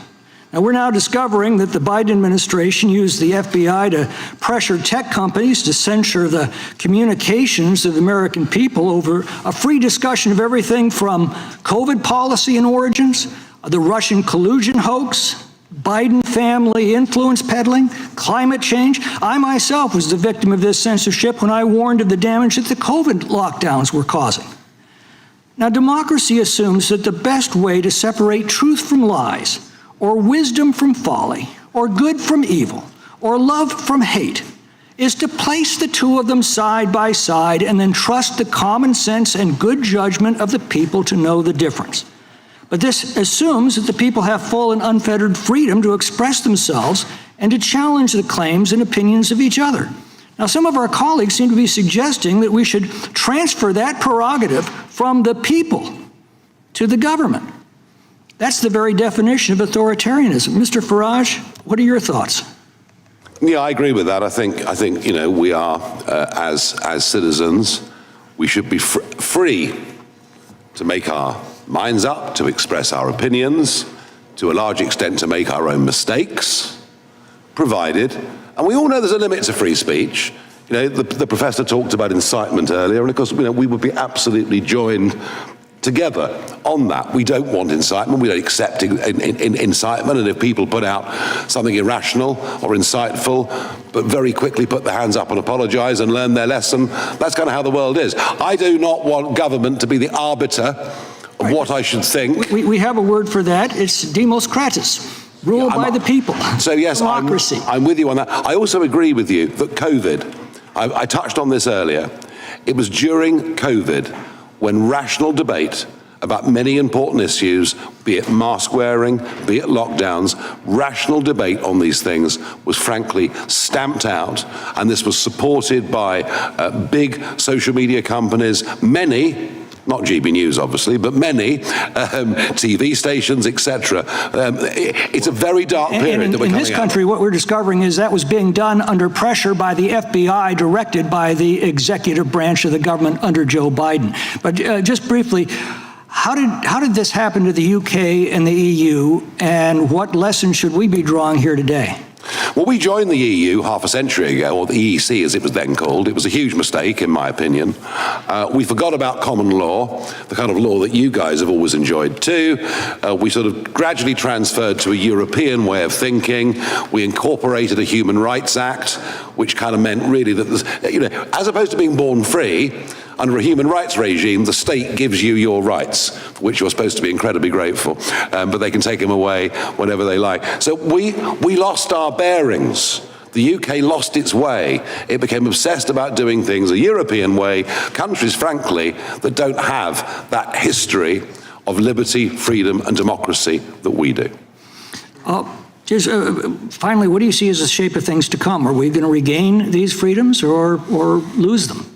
Well, ultimately, the people have to get what they vote for. And one of the reasons that we are seeing an extraordinary political revolution that is happening in parts of Europe, and if you believe the polls, what is happening in the United Kingdom right now is we want a government that comes in and gets rid of all these laws and starts again. And starts on the basis, yes, we want to try and protect kids, and we will do whatever we can that is practical to protect kids from serious harm online. But we will get back to the idea that I can insult you, you could insult me, Mr. Raskin and I can have our chats, but we do it, you know, in a spirit that's not insightful and in a way that honors those who built our great countries. Thank you. Thank you. Gentleman yields back. Well done. The gentlelady from Washington is recognized. Thank you, Mr. Chairman. You know, it wasn't too long ago that Democrats and Republicans on this committee together agreed to undertake a 16-month investigation into the anti-competitive practices of big tech companies. I represent many of them in Seattle, and proposed bipartisan legislation, which actually passed this committee, to restore fairness and competition for consumers and small businesses.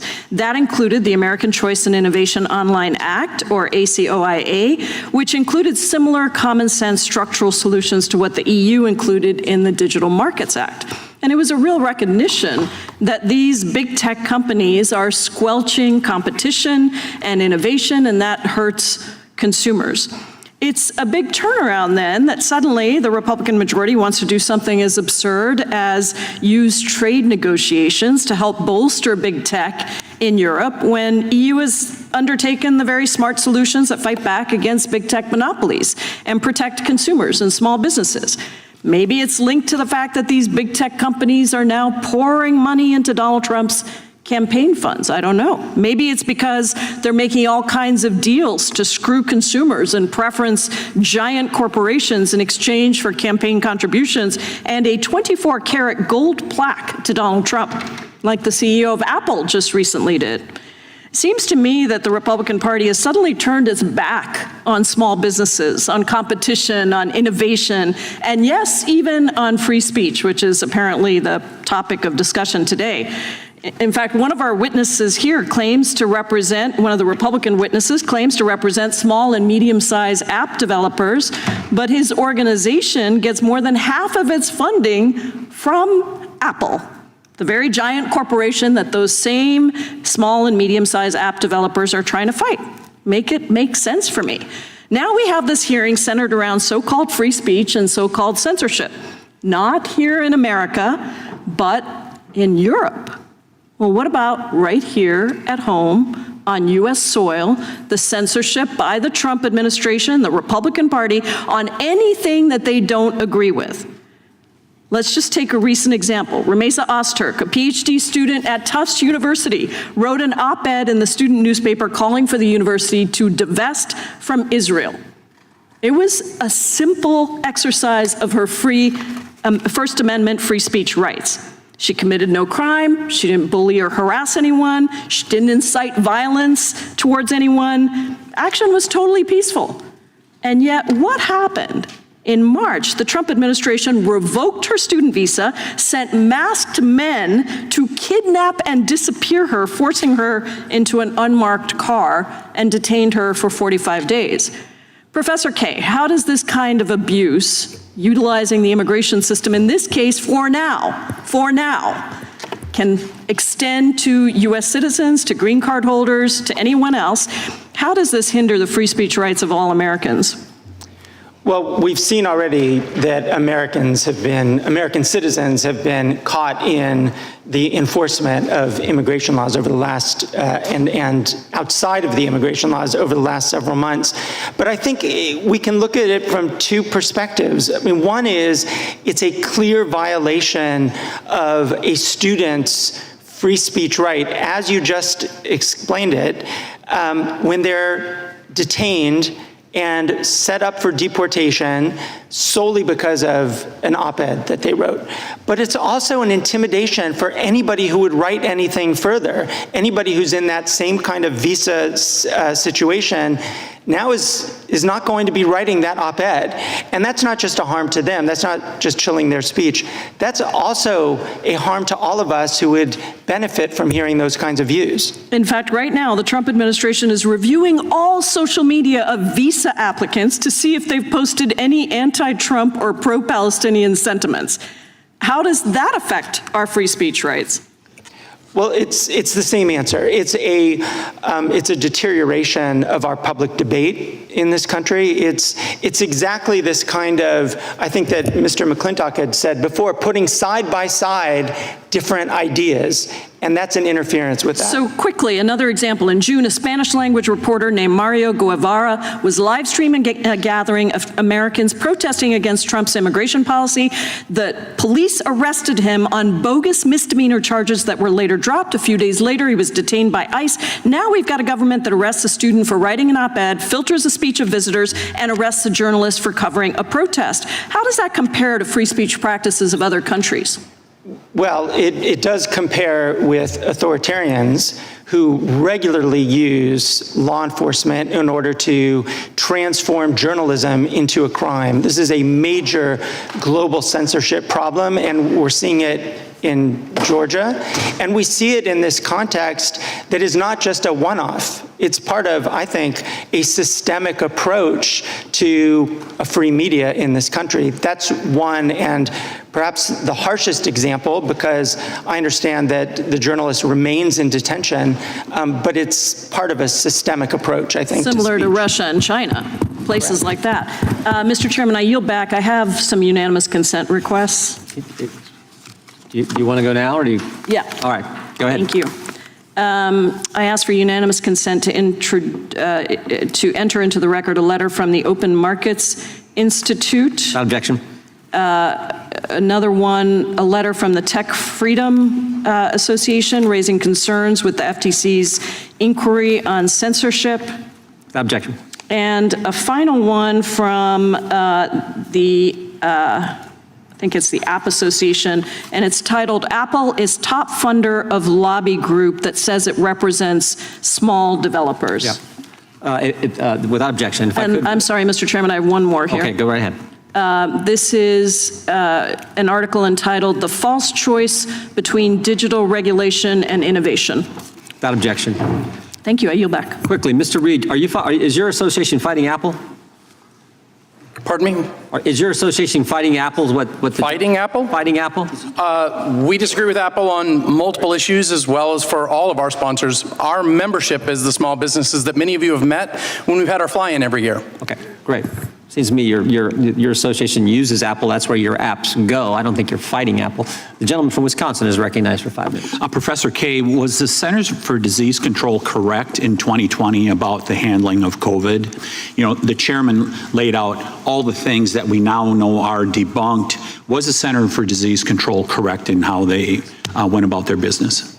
I'm not a scientist, so I can't speak to that. I mean, I remember the time, like we all did, a time of great fear as shutting down schools, things like that have set kids behind. See, because it's to Representative McClintock's point that wouldn't this administration want to change some people that you talked about that are in the Department of Health Services? Shouldn't they change them if they were wrong about really the seminal issue that has come before this generation? Shouldn't they change those people?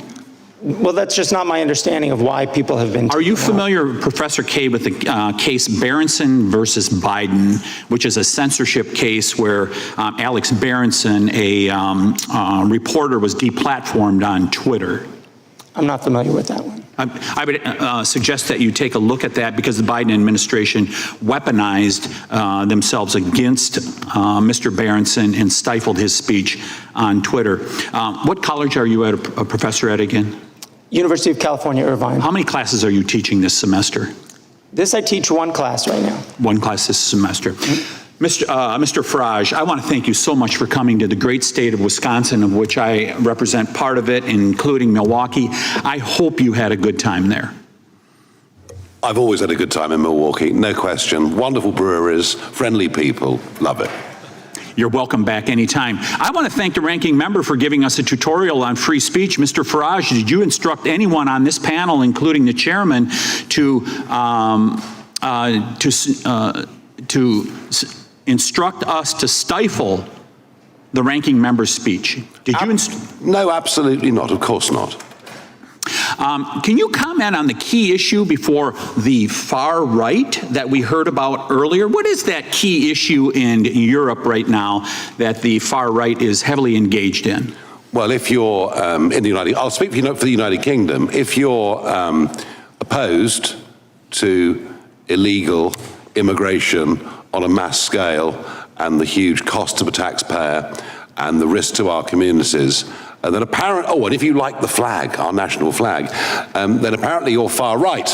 So that illegal immigration issue that was very informative to the election in 2024 in America, the same thing is happening in Europe? It's a very similar argument in many, many ways, and therefore the definition of far right, I think, now applies to about 2/3 of the British population. So I think about someone who's very famous from your country, Ms. J.K. Rowling, who wrote one of the finest series of books, the Harry Potter series, that has ever been in print, who I believe is self-defined as a liberal, as we call them in America.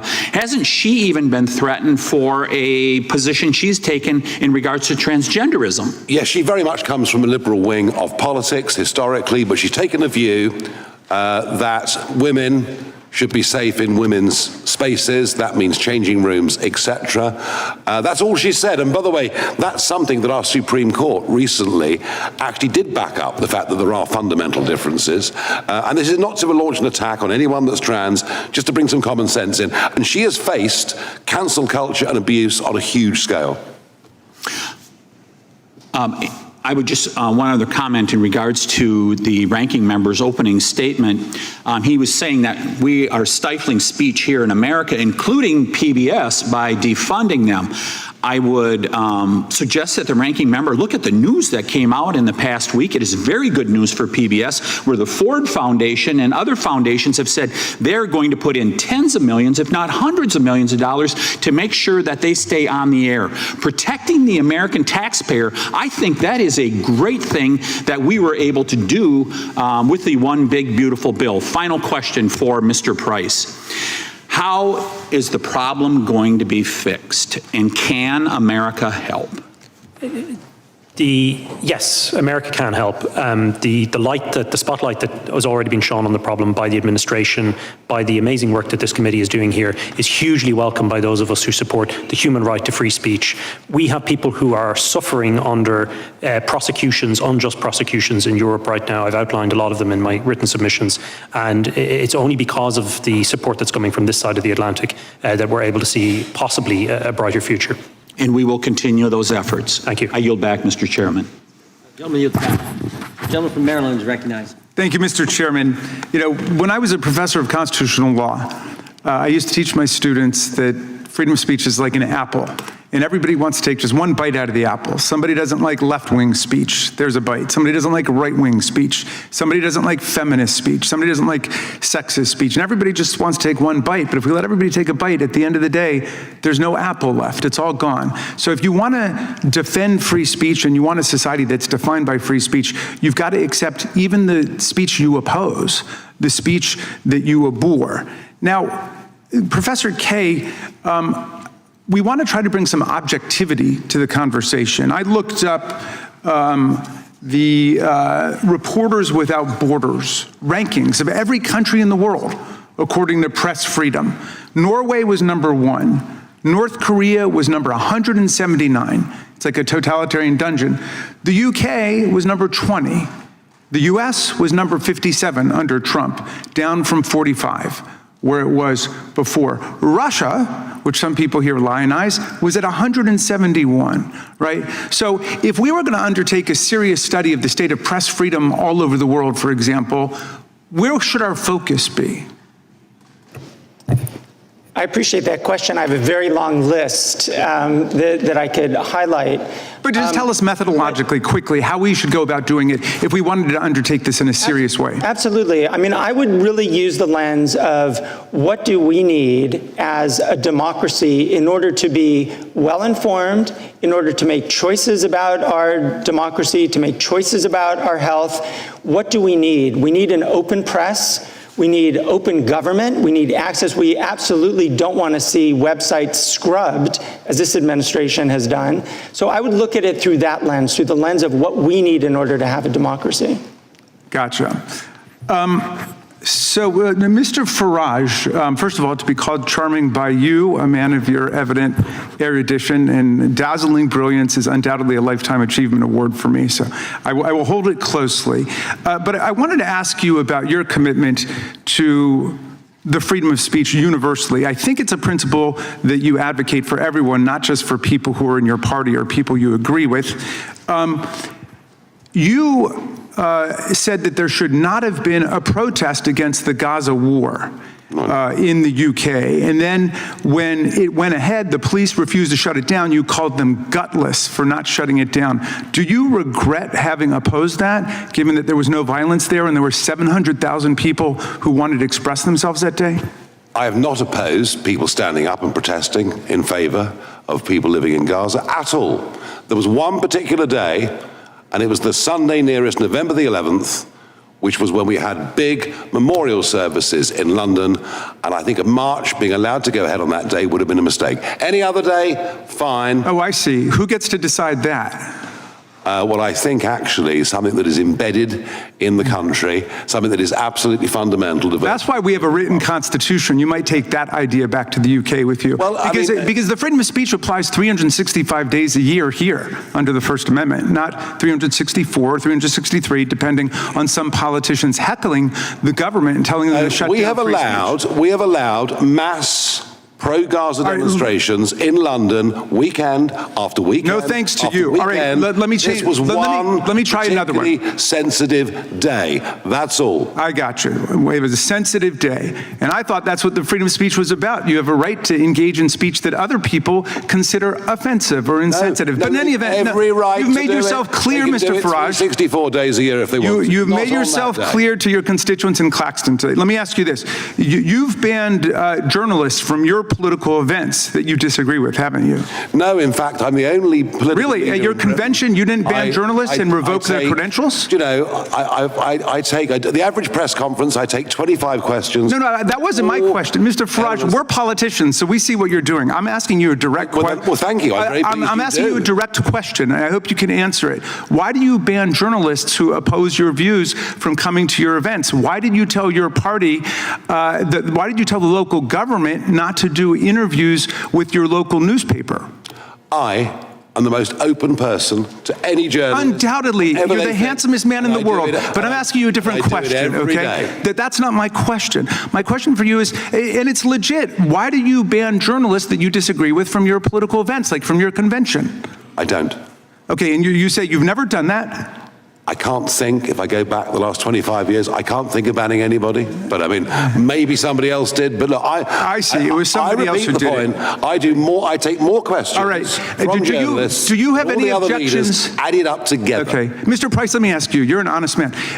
Do you have any objection to the things you've heard about what Donald Trump is doing in the United States of America, going after law firms, for example, banning them from federal buildings and federal courthouses, stripping them of security clearance, saying they can never get federal jobs or contracts because he doesn't like something one of the lawyers at the firm did? Do you think there's a First Amendment problem with that, as our courts have found? There's a lot of information you've put into that. It's good to talk to you again after London. Yeah, have you followed that at all? I haven't. I have to be perfectly honest with you now. Okay, do you have any problems with anything Donald Trump has done with respect to free speech and freedom of expression in America? or you just haven't followed it? I'm not as well. There are plenty of people here better informed on American matters than I. And we are. So thank you very much. And Mr. Chairman, thank you for your indulgence. I yield back. I think the gentleman, my guess is Mr. Farage takes press questions probably as often as President Trump does. These are two guys who aren't afraid to talk to the press and take any question that comes to them. We've seen that display time and time again. The gentleman from California, Mr. Kiley, is recognized. Thank you, Mr. Chairman, and it was an honor to be with you and the ranking member as we had the chance to see firsthand what's going on in the EU and in the UK. Maybe this Raskin-Farage show could become a recurring event. It's gotten very interesting on both occasions. But I'd actually like to direct my questions to you, Mr. Price, at first. It's good to see you again. I think that those of us on the trip were really alarmed by the ways in which the tide is turning against free speech in the UK and the EU, and I think that there actually was quite a bit of bipartisan agreement among the members of our delegation on a number of these issues.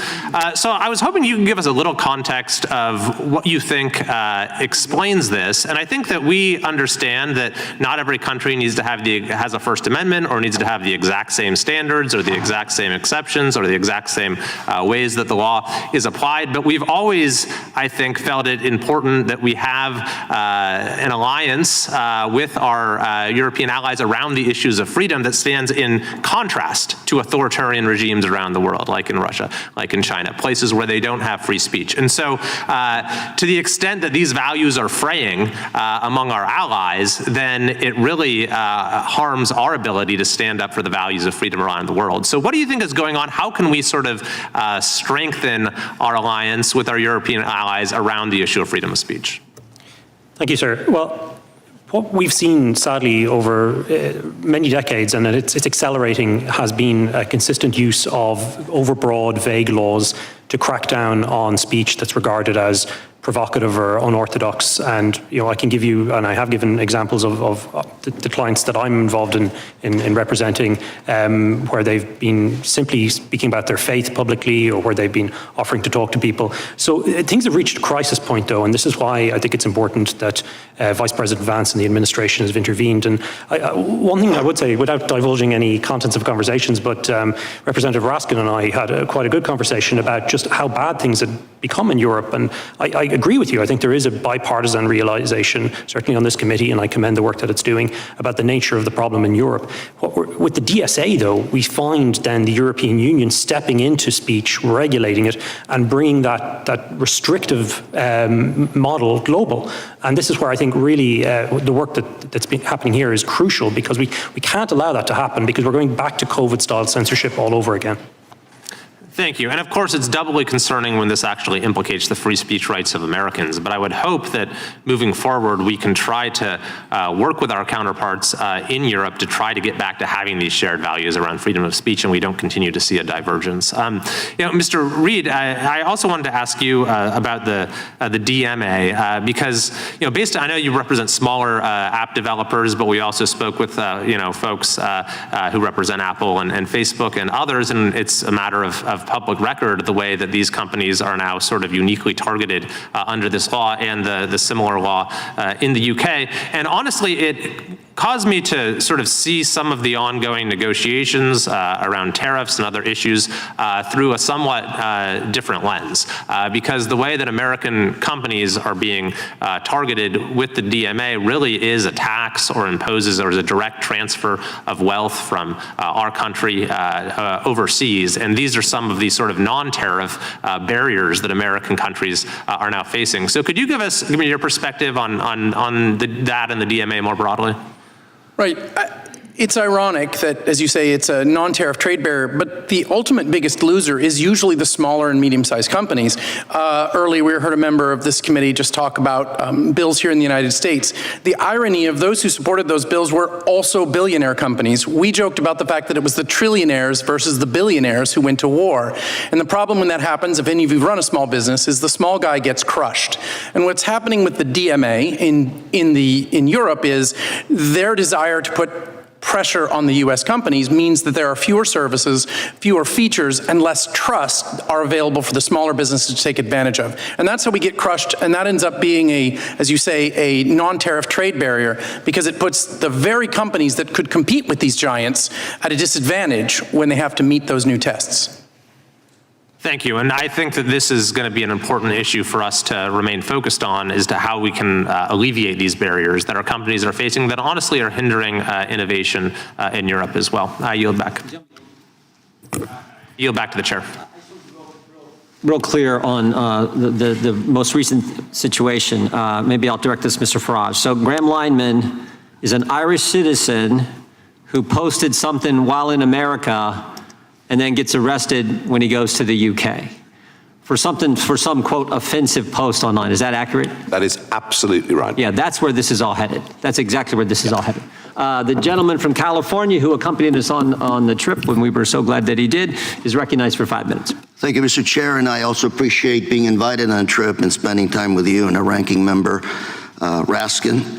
Very informative. Interesting looking at the DMA, winners and losers, unintended consequences. According to a recent report commissioned by the EC, the future of European competitiveness, only 4 of the 50 top tech firms in the world are actually in Europe. As a Californian, I found it very interesting that a lot of the European entrepreneurs move out of Europe, move to the US, specifically California, to grow, and then possibly move back to Europe. I'm a Californian, so the health and welfare, the interests of California firms is interest to me. And seeing hundreds of millions of dollars in fines under DMA's nebulous violations being levied against California firms, money that could be best spent on R&D in many ways, is very bothersome. I care about encouraging California entrepreneurs. We have the most successful entrepreneurs in the world today, yet they are essentially being targeted by the EU and other foreign regulations. California, this money is better, again, invested in creating jobs in California. And by the way, a lot of these firms that are actually being fined actually pay taxes in California. Today, California recently passed up Japan to become the 4th largest economy in the world. California is the number 1 producer of ag products in the world, number 1 in terms of venture capital in the US, number 1 manufacturer. We pay $100 billion more to the US federal government than we get back on an annual basis. So despite all the challenges we have in California, we actually know how to do it right. And surprisingly, our workforce, visa holders from other countries, workforce, undocumented workers from around the world that actually harvest their crops. Manufacturing, we are the top manufacturer in the United States in terms of state. A lot of undocumented workers there. So California, we actually can manage pretty well. The best managed state, I would argue, in the union. So Mr. Reed, I'm going to ask you, given your association with these small firms, how is the DMA affecting our California firms as they try to grow in the European Union? The ex-ante regulation creates barriers of entry. What do you mean by ex-ante? Explain that to me. In simple terms, it means that the European Union is determining the behavior before the bad act has happened. It's before it happens. So they're fining before the actual behavior? They're not just even fining, they're setting the rules by which you could be fined. They are, the best way to think about it is they're saying, Mother, may I?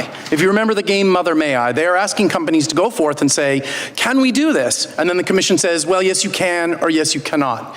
We traditionally in the United States have taken an ex post, meaning, did you deceive someone? Did you lie? Did you cheat? Did you steal? And then you're punished. Unfortunately, the EU is taking a Mother May I approach rather than a punishment approach. And that harms California businesses because it makes it a lot harder to get in the door. Mr. Price, you're from Irvine. Sorry. Yes? Mr. Price? Yes. Tell me a little bit about Irvine. California firms and how the DMA. Okay. Well, Irvine, by the way, a lot of biotech, high tech. I think you might be referring to Professor Kay. Mr. Kay. I'm sorry, go ahead. Mr. Kay, Irvine. Yes. Yes, I teach at the University of California at Irvine. I actually wanted to respond to two of the points that you're making, in part because... You got about 20 seconds. Go. Thank you. In part because this hearing is entitled as one dealing with censorship, and we're spending quite a bit of time talking about defending companies. And two things I just wanted to mention. One is the DMA doesn't specifically discriminate against American companies any more than it does against California companies. And the second is that I think it's important to think about the other... Mr. Price, what would you say to that? In relation to discrimination, yes. They've designed the rules in such a way that they almost perfectly encompass American companies, particularly under the DSA. So if you're setting the rules and they just happen to throw a net over a particular target group, I think you can legitimately infer from that that that was the intention. The intention was discrimination? The intention is to throw a dragnet over U.S. companies and turn them into a... The intention is discrimination against American firms. That's precisely what the outcome is. Thank you very much, Mr. Chair. And before I yield, I also have some articles I'd like to submit for the record, if I may. Yep. Letter by Chairman Fitzgerald and myself to President Trump, dated April 9th of this year, outlining our concerns with the Digital Marketing Act. Second, report by European Commission, dated September 24th, the future of European competitiveness, which is failing to translate into innovation. Third article, statement by the Chamber of Progress, dated February 10th, how Digital Markets Act has become Europeans' digital curtain. Number 4, article by the Information and Technology Foundation, dated June 30th, 6 ways the DMA is backfiring on Europe. 5th, article Washington Examiner, July 28th, EU regulations impose heavy costs on U.S. companies. Finally, article in the Journal, Wall Street, the tech industry is huge and Europe's share of it is very small. Thank you, sir. Without objection, thank you. Gentleman yields back. Gentleman from Texas recognized. Thank the chairman. I thank you for holding this hearing. I thank the witnesses. Mr. Price, you referenced Chavez-DeRemer earlier, correct? Yes, sir. Can you just real quick, in like 30 seconds, give the quick summary of what the facts are behind that issue with respect to why she is facing prosecution despite having served in Parliament and I believe as a minister in the government? That's correct, sir. Over 5 years ago, she posted a tweet with a verse from Scripture, and in that tweet, she objected to her church, the Finnish Evangelical Lutheran Church, using church funds to fund the Helsinki Pride Parade. And for that, then, criminal proceedings were launched against her. And she's been dealing with that for 4 to 5 years, correct? That's correct, sir. Her case is before the Supreme Court at the end of October. Facing jail time. Facing significant fines. And for having expressed her faith with respect to issues involving marriage in the context of a Bible verse, correct? That's correct, sir. And so now we've got, as the chairman illuminated a moment ago, we've got this issue involving Graham Linehan, who here in the United States made a joke and then is arrested in the UK, correct? Yes, he's being arrested, or he was arrested for comments that he posted while here. And that's correct, Mr. Farage, you agree? It is. And that joke had something to do with, as I've looked it up, trans-identified males and female-only space, and he made some joke about that issue. That's exactly right. And so we've got now someone being arrested for alleged transphobia or some sort of hate comment involving a joke on another continent. Now, in the meantime, we've had Mr. Farage talking about Lucy Connolly, right?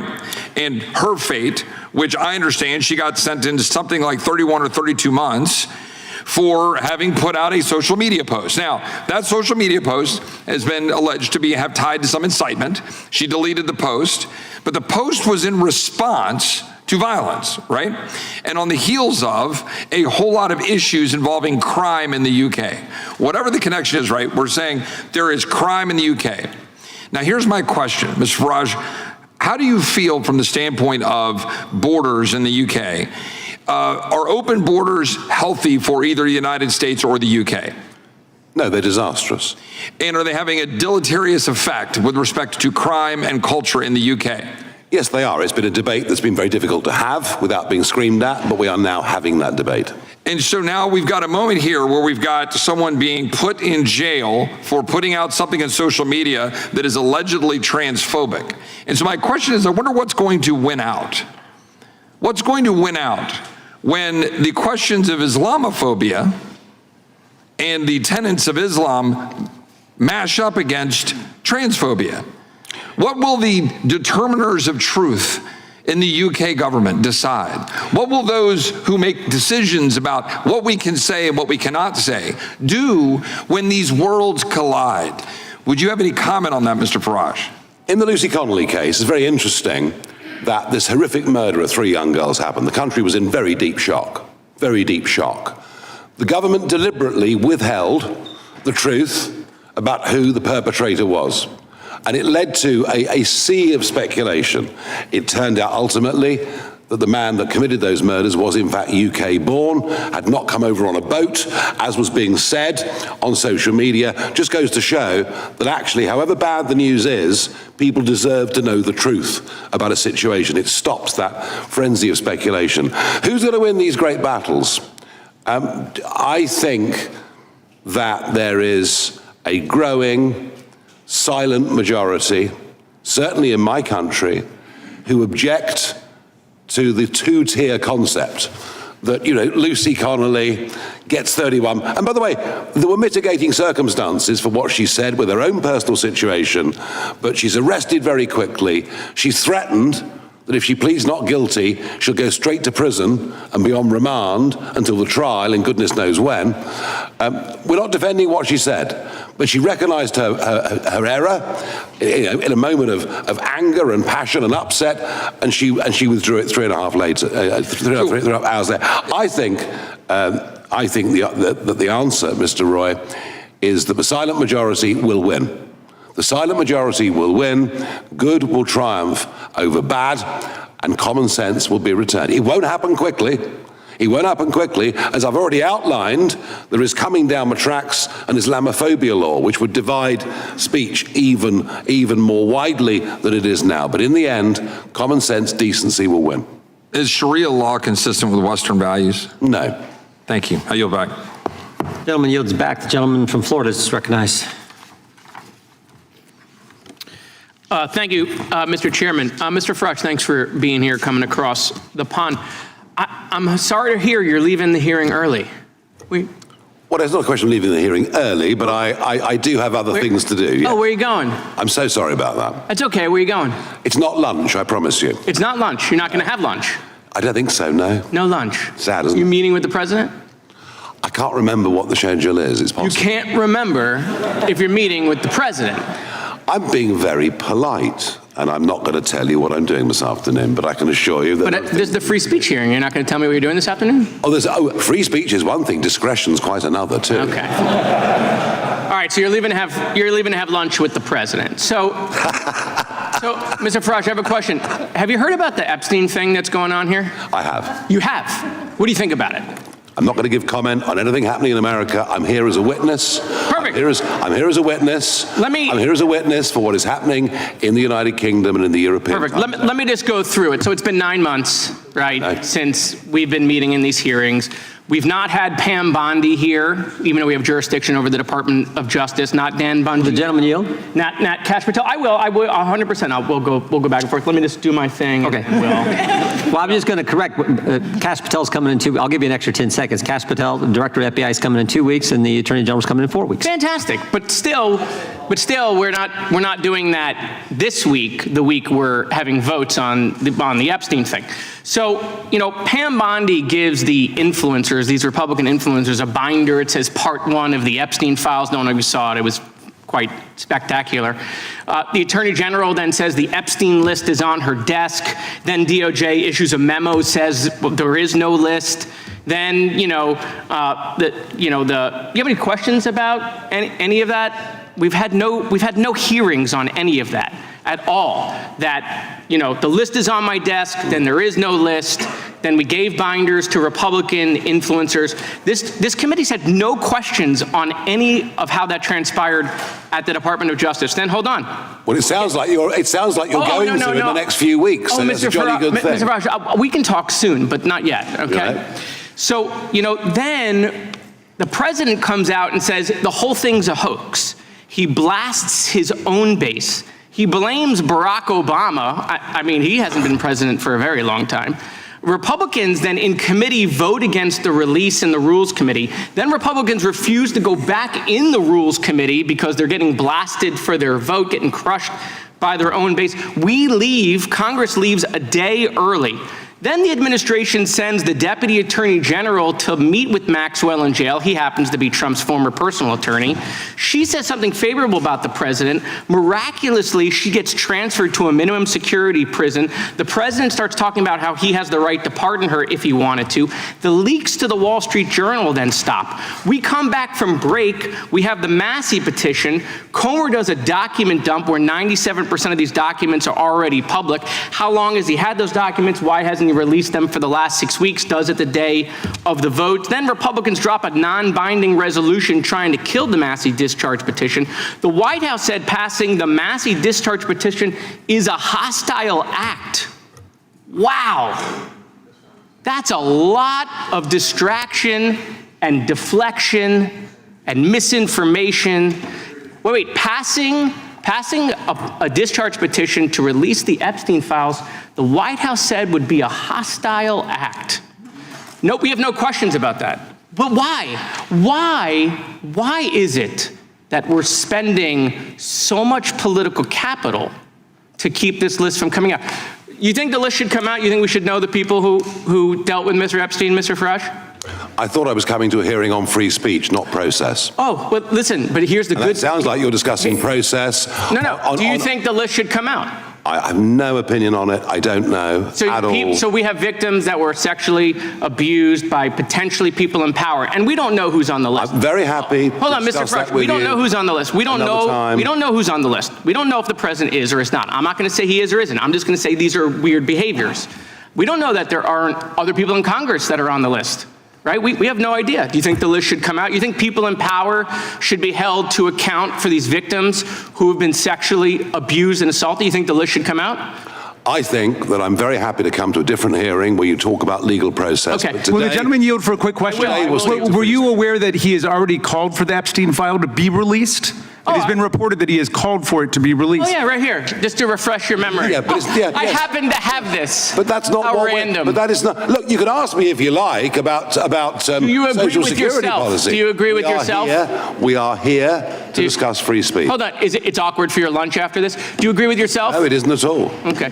Mr. Chairman, I'm just curious. This committee has jurisdiction over the Department of Justice. Yeah. Why have we allowed Comer to cover this up for the last couple of months? As I said, why is this committee not taking said jurisdiction? 6 weeks ago that we will have the FBI director in, we will have the Attorney General in, and we are doing that in 2 weeks. You can go through that whole list. That whole list, you can do whatever you want to do with, I got lots of questions for the FBI director, including the whistleblower who came forward and told him that Adam Schiff leaked classified information. I want to ask him about that as well as the issues you all want to ask him about. That's why he's coming, so we can ask all these questions and follow the process, as Mr. Farage just talked about. Mr. Chairman, from Virginia, unanimous consent. I'd like to enter the political article into the record that Mr. Farage said the Epstein file should be released. Without objection. The gentleman from Virginia is recognized. I thank the chairman. I want to talk about censorship tools that are being used by Europe and protectionist measures that have major consequences for U.S. companies and free expression worldwide. I'm glad to have you all here to get your views on those issues. Mr. Farage, you've called the Online Safety Act a borderline dystopian censorship regime. And many agree, including myself, that the law badly overreaches. One of the most serious criticisms is that it empowers Ofcom to undermine encryption and open the door to not just government surveillance of posts online and public statements, but private messages. raising alarms, not just in the UK, but beyond UK borders. Vice President J.D. Vance has warned this could threaten Americans' privacy as well. Do you recognize that this is not just a domestic issue for the UK, but a global one? And if you become Prime Minister, what assurances would you give allies that the UK will not undermine end-to-end privacy standards?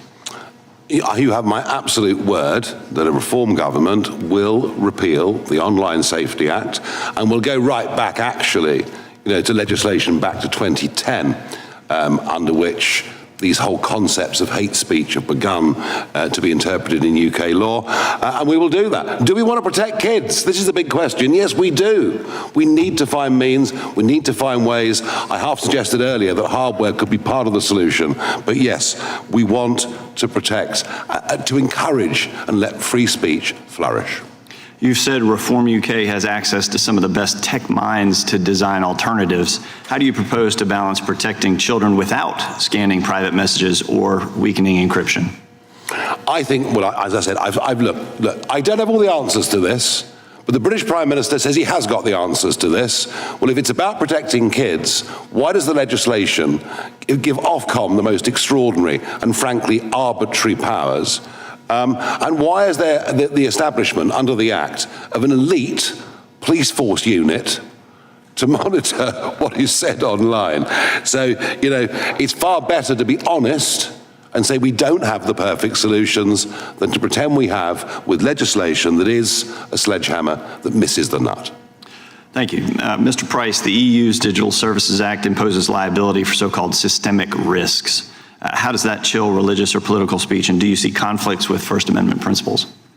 That's correct. The systemic risk provision, I think, constitutes a form of content moderation that they're misrepresenting, frankly, in their letters to you. And where the systemic risk provisions talk about, in fact, damage to what they call civil discourse. And we've already seen prosecutions, including clients of ours, who have been prosecuted for, among other things, praying silently, discussing the differences between Christianity and Islam, tweeting a verse from the Bible. So if these constitute systemic risks to civil discourse, the EU has the power in terms of this content moderation provision to step in. Damage to civil discourse seems a little broad, doesn't it? Absolutely. Mr. Reid, the EU's Digital Markets Act and the UK's Digital Markets Competition and Consumers Act are sold as pro-competition, but don't compliance costs just burden small app developers? Absolutely. The problem is that it's interesting as you talked about how do you do a better job. You asked how do we do a better job to protect children. One of the ways we do it is by empowering parents to be good parents. And one of our deepest concerns is by removing some of the capability of the platforms to curate and provide information to parents about what applications do through a clear, forward interface that they see every day that's useful. It makes it harder to parent, harder to know what apps are on your kid's device, and harder for you to control it. So we absolutely see that not only are there problems with it on encryption, which we agree with you 100%, but we also think it weakens our ability as parents to be in charge of the devices our children are using. Yeah, these rules don't help parents, consumers, if you will. They just shift power from platforms and from parents and from consumers to regulators, correct? Correct. Do these regimes create a level playing field for U.S. firms, or do they advantage European competitors at the expense of American innovation? Well, the original thought behind the DMA was that Europe had not been successful in creating their own industry, as was alluded to by several other members of Congress, and Congressman Correa noted it as well. Europe's economic potential has slowed while the United States has grown incredibly. We've gone from almost equal in 2008 to a 50% increase in the size of the US economy between 2008 and now. And we think a lot of it comes from the small technology companies that have been creating amazing devices, amazing products, amazing applications that you're all using. And we are disappointed that that there aren't the same opportunities for the U.S., for our EU members. Thanks. I yield back. Gentleman yields back. The gentlelady from Pennsylvania is recognized. Thank you, Mr. Chairman. You know, for years, political extremists, including some of our colleagues, have claimed without evidence that so-called conservative speech is being canceled. But the speech at issue is not conservative political speech. It's hate speech, including incitement to violence, threats and harassments of particular people or groups, and lies about almost everything from election results to healthcare. And there's nothing conservative about any of that. So today's hearing appears to be one more attempt by these extremists to claim victimhood, promote falsehoods, and normalize radical ideas, all while attacking others. Today, our Republican colleagues claim that our European allies pose the biggest threat to Americans' free speech today. Seriously? There's an all-out assault on the First Amendment in the U.S., but it's coming from inside the House, the White House, the executive branch of our own country. For the past 8 months, our Republican colleagues have done nothing but cheer on the administration's un-American attacks. Because the truth is, they're all for free speech, but only if it's the speech they agree with. I'd say if you really want to talk about censorship, let's talk about how this administration, with the support of our MAGA colleagues, has tried to strangle speech and ideas that it doesn't agree with when that speech comes from the free press, college campuses, law firms and judges, library books, the Smithsonian museums, responsible investors, scientists, dedicated employees with deep expertise, and more. We've seen this White House use executive orders, threats and intimidation, illegal withholding of federal funding, raids by masked and armed police, and even sending military troops onto American streets to shut down opposition to this administration's policies. Professor Kaye, you are an internationally recognized expert on freedom of expression and have studied the growing assault on free speech and civil society around the world. In your testimony, you said that the situation in the U.S. raises serious alarms. Can you elaborate on that? Yes, well, thank you for the question. Everything that you just mentioned is alarming. The assaults on the press, on universities, on public protest, all of those things, I think, are the kinds of things that historically the United States has fought against. So all of those things are very problematic. And I think that one way to think about them, perhaps, and it's useful in this committee, actually, in the context of this committee, is to think of those things that the Trump administration is doing as a contrast to something like the DSA. Right? So the DSA sees a problem, which I think is a problem shared or perceived on both sides of the aisle, which is massive platform power and also the kinds of content that you alluded to. But the DSA doesn't create any new rules that allow either the European Commission or countries to censor. It is a transparency regime. It's a risk assessment regime. It's actually researcher access. It's actually a tool to give us information about what's happening online. That's in just sharp contrast to the kind of issues that we're seeing in this country, which are very much focused on criticism and content. Yeah, I think my colleague, Ms. Jayapal, talked about the fact that we had a very robust investigation of big tech in prior Congresses, which has kind of been shut down by a new alliance between big tech and the Republican Party. But it is about dealing with the real issues and the very real power that these big tech platforms have and trying to provide tools for ordinary citizens to fight back against disinformation or harmful content. Can you talk a little bit about that? Yeah, absolutely. I mean, if you think about one tool that the DSA offers, it's this assurance that individuals will be able to challenge, to appeal content moderation decisions. That is not something that is allowed or mandated by law in the United States. One other thing just to mention in this connection, I think Mr. Farage mentioned, and it's really just to highlight how hard some of these questions might be. Mr. Farage has suggested the possibility that hardware could be part of a solution to deal with children's access to harmful information. I think there's something possibly there, but it's another form of censorship. I think we should just recognize that restrictions are on the table in the United States in the UK, elsewhere. I think the Europeans have adopted an approach that makes quite a bit of sense. Trying to get to as many members as possible. The gentlelady's time has expired. The gentleman from New Jersey is recognized. Mr. Farage has to leave in a few minutes, so we want to get as many members as possible. Thank you. Thank you, Mr. Chairman. Just before I begin, to my friend, he's not here now, Mr. Moskowitz from Florida, there's kind of an old trick in debating. When you're losing the debate on the issue, you change the issue. This is not about Epstein. It has nothing to do with that. And as the chairman so correctly said, the Attorney General is going to be here, the FBI Director is going to be here, and we can talk about it till the cows come home. Second thing is, I believe it was you, Mr. Farage, that said COVID changed our world. And in many ways, more than just a biological disease, what it did to us psychologically, governmentally, philosophically was really bad. And we're still not out of it yet because of what happened then. We're losing our freedoms.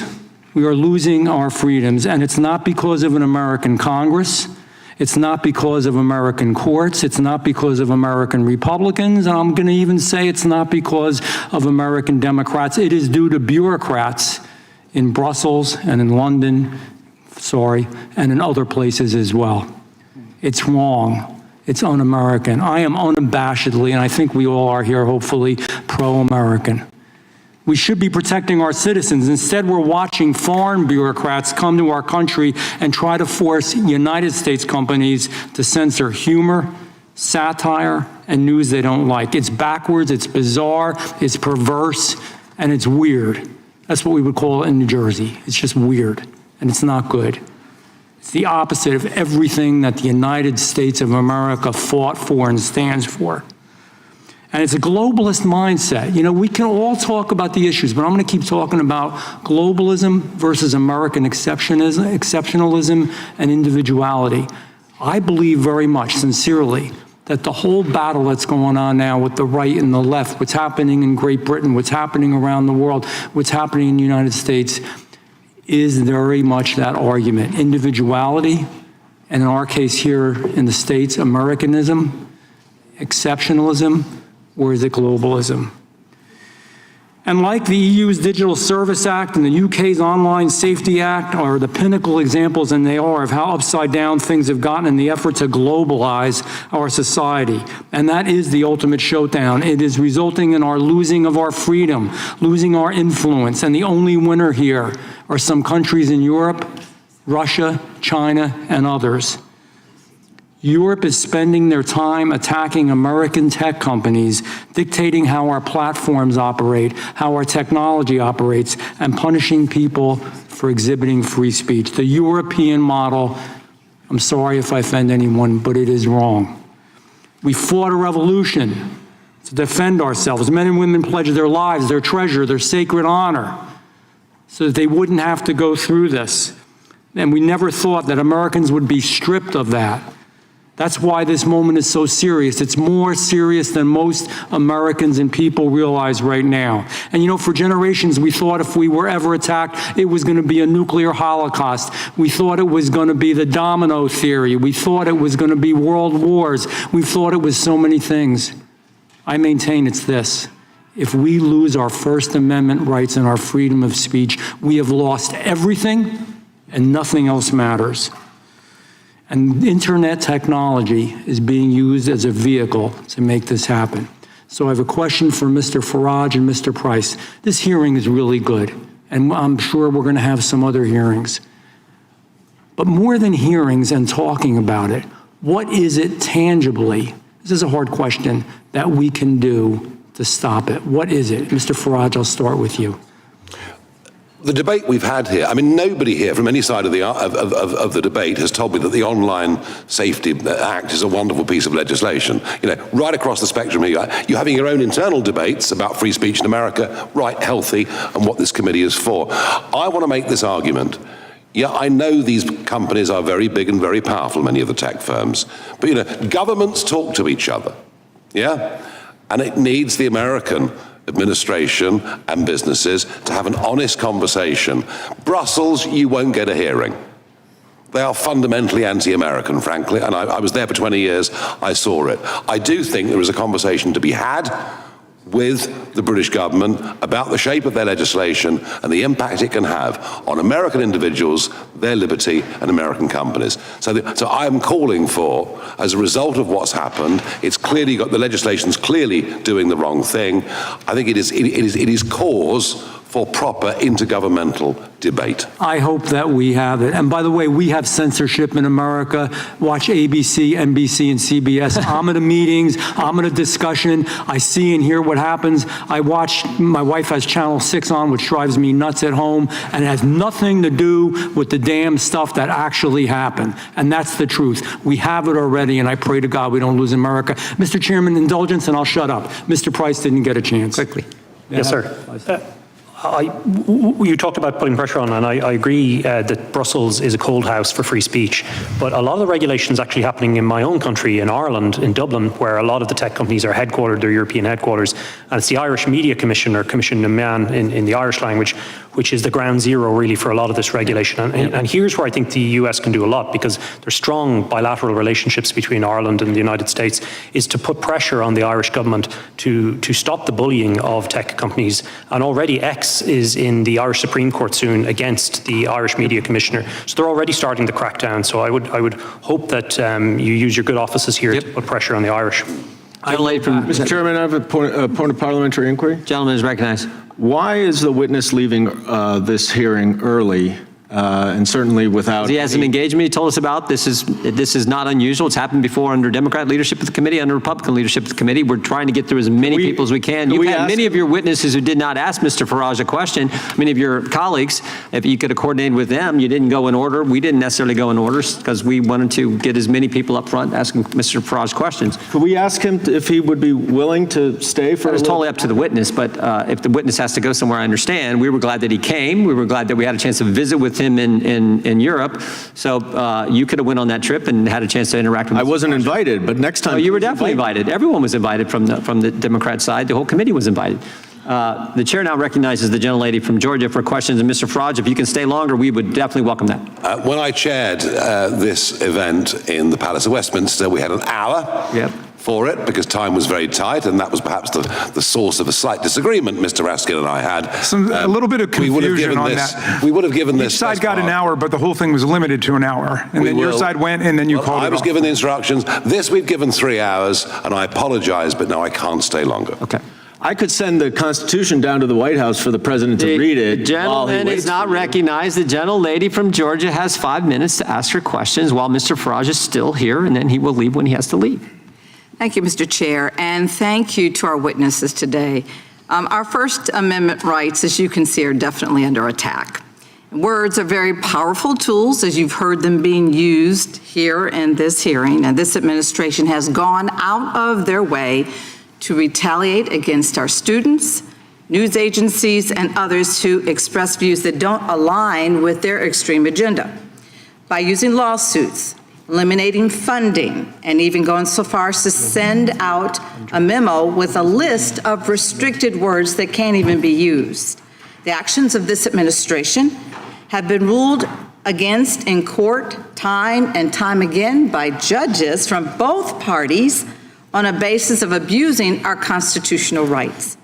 From freezing funding for colleges because they do not bend to this administration's will, to removing programs that are designed to expand student understanding and access in education, which I'd like to add, increases future opportunities for our Republican constituents as well, and using federal investigation powers to retaliate.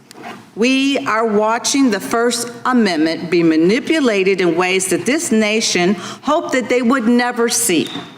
Hear it from the judges who have ruled against government bullies who attempt to violate the rights of the American people.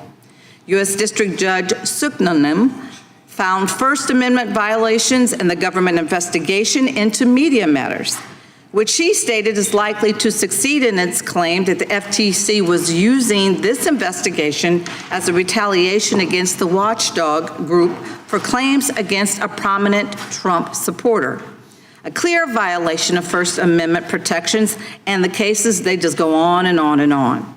U.S. District Judge McFadden, a Trump appointee, ordered that the Associated Press's access to the White House press be reinstated, ruling that denying their access because of differing viewpoints was a clear violation of the First Amendment.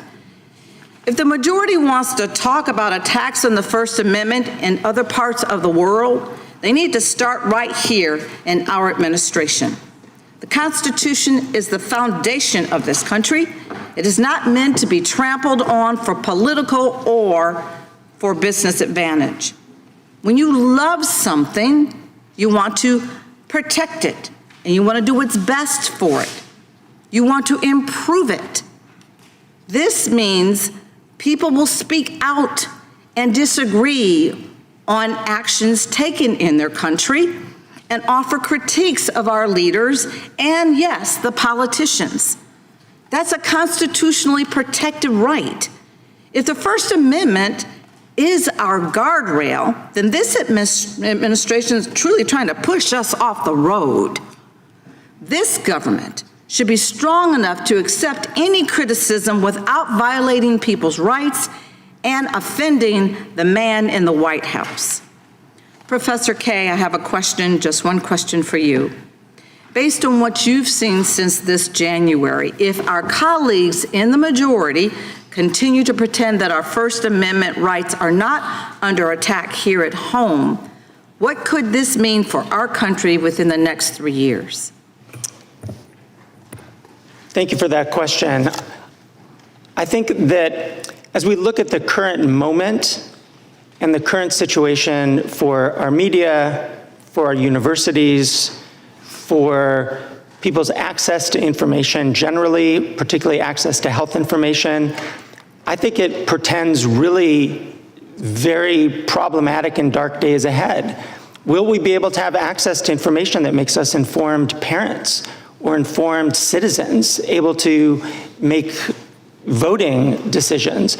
I think that's the kind of future that we should expect if we don't recognize this situation. And I think that the tenor of the conversation could at least recognize that there are violations of fundamental rights to freedom of expression by this government right now. At least recognize it. I know that Democrats in the last 5 years called out the Biden administration from time to time when it did things that it thought was inconsistent with free speech values. I think having that kind of honest discussion and then some real constraint is where the committee should be heading.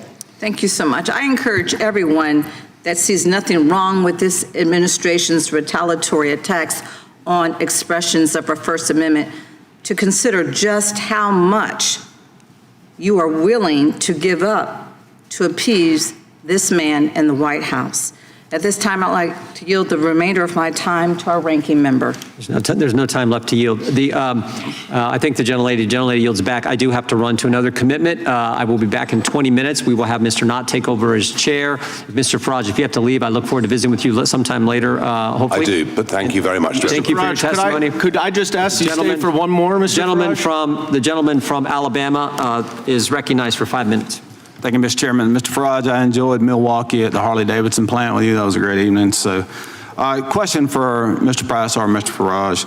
One requirement for speech to be censored as a false communication offense under the OSA is that speech must cause non-trivial psychological or physical harm. What is non-trivial psychological harm? I honestly don't know. And that's the problem with this legislation. It's so open-ended, it could mean anything. It leaves this entirely in the hands of local police forces to make their decisions. And the other disturbing element of this is that much within this act can be changed on a whim by a government minister, or at the other end, it can be interpreted by Ofcom in ways that it sees fit. You know, this is not good legislation. It's totally open-ended. It could literally mean whatever you want it to mean.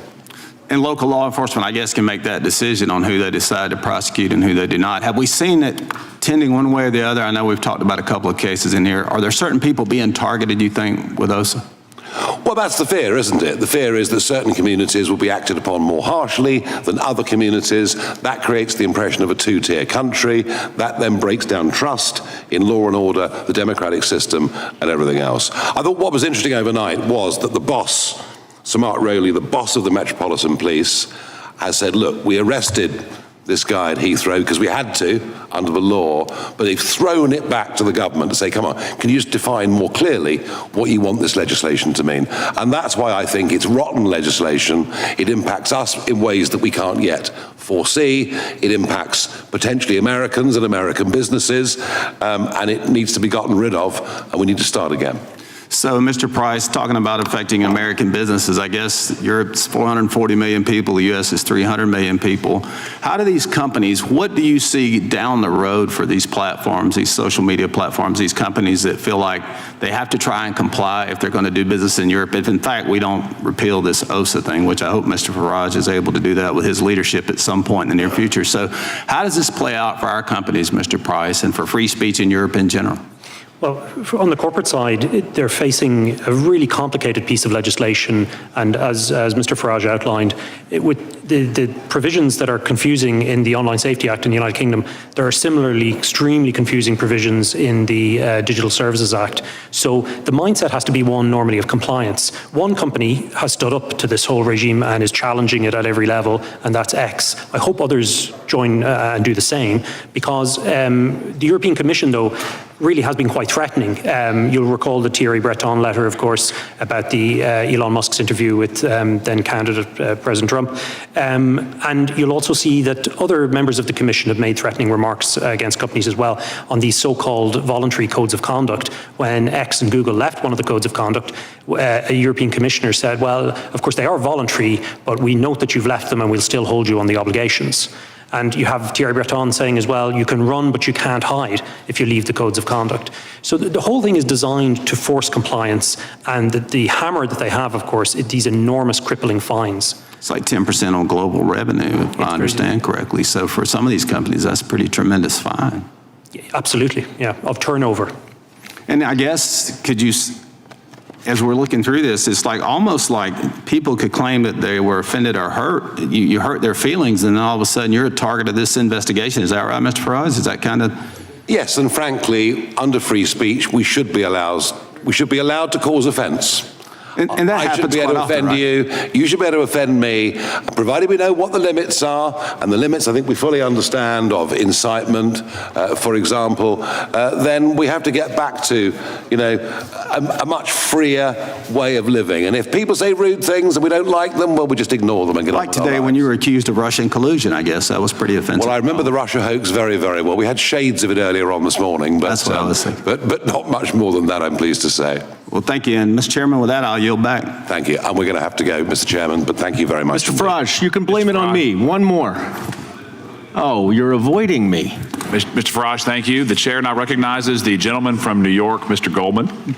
I'm sorry to see you leave, Mr. Farage. I actually had much that we agree upon and was looking forward to your testimony, because it's very nice and refreshing to hear from my GOP colleagues that they are worried about authoritarianism. Mr. Biggs and Mr. McClintock both said that earlier. And I imagine, given what's going on in this country, when the president is sending the military into American cities, is weaponizing the Department of Justice to investigate his enemies, requiring loyalty oaths from all federal workers at risk of otherwise being fired, the list goes on and on. It is reassuring to hear that the Republicans who have remained stone silent about Trump's authoritarian takeover of our government here are actually concerned about authoritarianism. And I found it really heartening that Mr. Van Drew said, and I quote, "If we lose our First Amendment rights, we lose everything." Now, in his opening statement, Mr. Farage said, quote, "When the government starts regulating speech, it is rarely those that agree with the government who find themselves in court." And Mr. Farage, I'll ask you the question, is that similar to your concern about suppressing speech that disagrees with the government? Oh, Mr. Farage has left. Well, Mr. Raskin, then maybe just you can stand in for Mr. Farage for a minute here. I know you are a champion of free speech. I'm not sure it's the same free speech that Mr. Farage is supporting, but if there's concern about the government regulating speech is because it is rarely those that agree with the government who find themselves in court, then you would think that Mr. Farage and all of our Republican colleagues would be very, very concerned if an administration here in the United States was investigating criminally individuals who made the colossal mistake of speaking out against the president. That would be a clear violation of Mr. Farage's principle, is that right? He was talking about the importance of political dissent, and this is a test, Mr. Goldman, I think, of our constitutional patriotism. To what extent are we willing to speak up for people who are the targets of government repression, even if we don't agree with what they're saying? A great example of that is our colleague, Congresswoman MacGyver from New Jersey. I would hope that in a comparable circumstance, I would stand up for a Republican colleague who tries to exercise his or her oversight rights by going to a government facility on a prearranged visit and then gets caught up in the chaos and confusion outside, and they want to send her to jail for 30 years. I did stand up for our colleague from New York, I'm spacing his name. Mr. Santos. Mr. Santos, friend. Because they wanted to expel him without his having a conviction or an ethics process, and I said that wasn't fair. So I think I passed a micro test there. I would hope some of our colleagues would say, no, don't prosecute our colleagues just for doing their jobs. Well, let's talk about that, because that is exactly what this Department of Justice is doing. Recently, we heard publicly, which would ordinarily never happen, the Department of Justice does not say publicly, they don't confirm that there are any investigations of anyone until there's an indictment, because that person or those individuals can't defend themselves. But now we know that Senator Adam Schiff, who led the first impeachment of Donald Trump, is under investigation by the Department of Justice. New York State Attorney General Letitia James, who filed a lawsuit against Donald Trump and his business, she is now under investigation.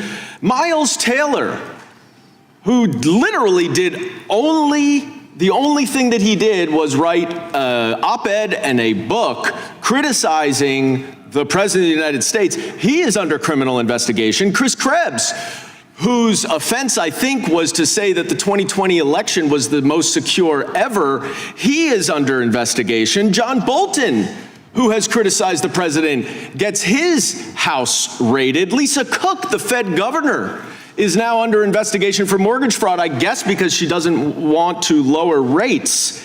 The degree to which this government is suppressing speech that simply opposes the president's views should make Mr. Farage and every single one of my Republican colleagues speak out in favor of the First Amendment, and yet we have heard nothing.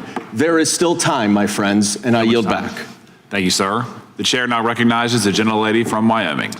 Benjamin Franklin said over 270 years ago, freedom of speech is a principal pillar of a free government. When this support is taken away, the constitution of a free society is dissolved and tyranny is erected on its ruins. An evil magistrate entrusted with power to punish for words would be armed with a weapon the most destructive and terrible. Under pretense of pruning off the exuberant branches, he would be apt to destroy the tree. Mr. Farage talked in his opening statement that noted that Europe's regulatory regime risks exporting restrictive standards that could violate Americans' constitutional rights. So I'd like to expose that and discuss that a little bit further. He noted that the oh-so-benignly titled Online Safety Act exemplified this regulatory model. The OSA is marketed as a measure to protect children online, but it is clearly being used as a means to actually impose government-backed censorship, especially speech which is critical of government policy. As an egregious example, we have learned that the OSA has been used against Katie Lamb, MP for Weald of Kent, to block videos of her speeches made in Parliament critical of the fallout from the country's immigration policies. Mr. Price, are you familiar with the circumstance where actual speeches in Parliament or other public figures, their speeches are being censored by the government under this claim of protecting minors or protecting people from hearing this speech? I'm familiar with censorship of public protests that's already happened in the United Kingdom. The Online Safety Act has placed blocks on those to protect children. That's the claim, but it has prevented adults from accessing it as well. So the Times has also reported that using the Communications Act of 2003 and the Malicious Communications Act of 1988, there have been 37 police forces have made over 12,000 arrests in 2023 alone, which is the equivalent of 33 a day, all in relation to social media posts. Are you familiar with that information, Mr. Price? I am, yes. Okay. In July, the House of Commons Science, Innovation, and Technology Committee released a report indicating that the OSA was merely a first step, is the way that they have described this. In other words, they are planning to do even more to address what they describe as online harm. Have you heard that as well? I have, yes. Well, and I think that there's something that just happened this week, and a few of the members have referenced it, but it involved the Irish comedian and writer Graham Linehan, who was arrested in Britain, apparently for social media posts about transgender issues. Did you hear of this circumstance? Yes, I did. I know Graham personally. Okay, and according to his Substack article, the trouble actually began when he was in America. He was at the airport in Arizona seeking to fly back to Europe, was told that he did not have a seat, was put on a later flight, and when he arrived at Heathrow, he was met by 5 armed police officers. Are police officers in England typically armed? They're not, no. So did you find it strange that he would be met by 5 armed police officers? At airports, counterterrorism police are usually armed, and or there's a special wing of the Metropolitan Police that has armed support unit. So is he considered a terrorist? I'm not clear what provision he was arrested under of legislation, but there is a power in the Terrorism Act to arrest people at airports and seize their devices. Sure. Was he identified as a terrorist because of his online posts? It's not clear yet if he was arrested under that provision, but it has very wide-ranging powers, and it is used on occasion to detain people at ports. Okay, I understand that, and that probably is more of a frightening answer than I expected, which is that they've used the power that is typically reserved for terrorists or people who are of grave risk to the country to arrest Mr. Linehan at the airport because of his Twitter posts. Is that right? It's not clear if they use it yet, but that is a power that they frequently, that is used to seize people's devices at airports. Can you describe more of what happened with this incident involving Mr. Linehan? Do you have the familiarity with the facts? I've read his statement, yes. Okay, and could you please explain what happened? It appears that he was detained on arrival in Heathrow and then arrested, searched, subjected to a long series of questions, most of which revolved around his beliefs on gender ideology and transgender issues. Some of the questions from the police, according to Mr. Linehan, were extremely ideological in nature, and they talked about people who are assigned a gender at birth, which, as he pointed out himself, is activist language that the police should not be using. So he also claims that his bail conditions one of the conditions was that he could no longer use X. Is this a tactic you have seen or heard of being used before? Yes, we've seen extraordinary bail conditions, even placed on clients of our own. We had a client, Pastor Dia Moodley, who was given a bail condition that he was not allowed to preach about the differences between Christianity and Islam on the basis of that he would be bailed. So we have seen bizarre and wide-ranging bail conditions set on people before under speech offenses. Time's expired. Okay, thank you. The chair now recognizes the gentlelady from North Carolina. Thank you very much, and thank you to all the witnesses for your testimony and for your patience. It's been a long hearing. I think it's very timely that we're discussing threats to freedom of speech and innovation in this committee. I do wish we were talking about what's going on in this country right now, but I don't always get what I wish for. Freedom of speech in this country is under threat. There is no question about it. And we haven't talked about this much, so I'm going to focus on it. The essential American ideal of innovation is also under threat, and it's enshrined in our Constitution, and it's being ignored. The gravest threats to speech and innovation are coming not from our democratic European allies, but from the authoritarian and unconstitutional actions of the Trump administration. The Trump administration has embarked on a coordinated crackdown of speech on universities across the country. I represent more than 5 universities in the Research Triangle area. I've seen it. The administration illegally froze billions of dollars in federal research grants, affecting not just people's health and safety, which is what they were for in the first place, but the economies of places like North Carolina. They forced the resignation of university presidents they don't like, and they threatened to strip universities of patents for discoveries made in their labs. Unprecedented. This administration has also refused to restore these important grants, which fund research for everything from breast cancer to infant mortality, unless the schools allow the government to exert control over faculty hiring, academic programs, and student admissions.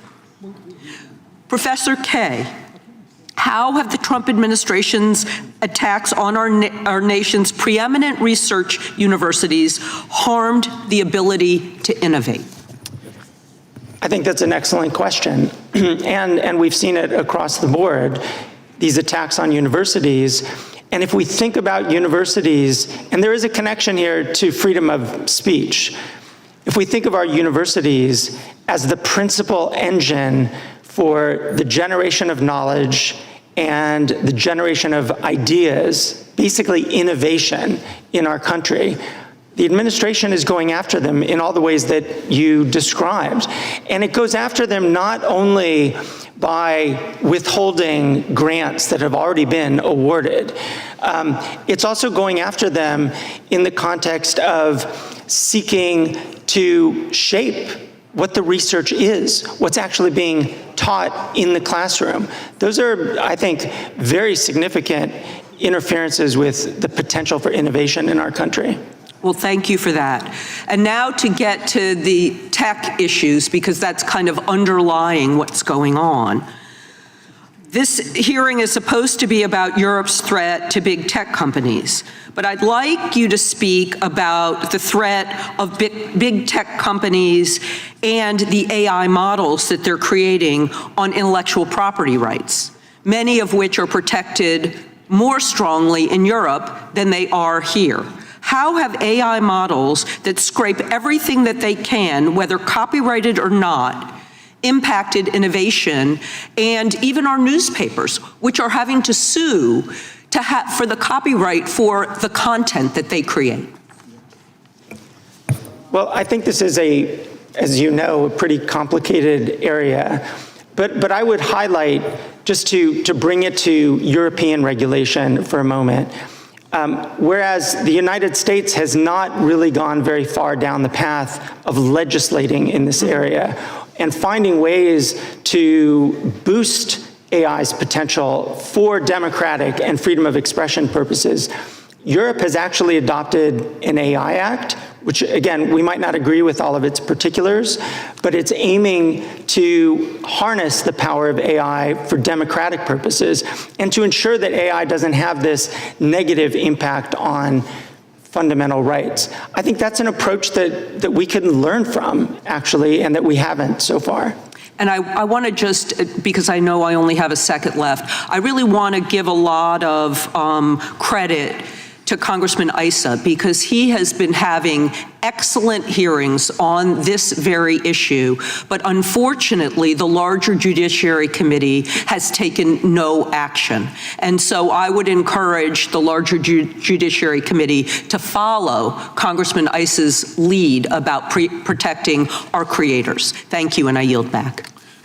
Thank you, Representative Ross. The chair now recognizes the gentleman from South Carolina.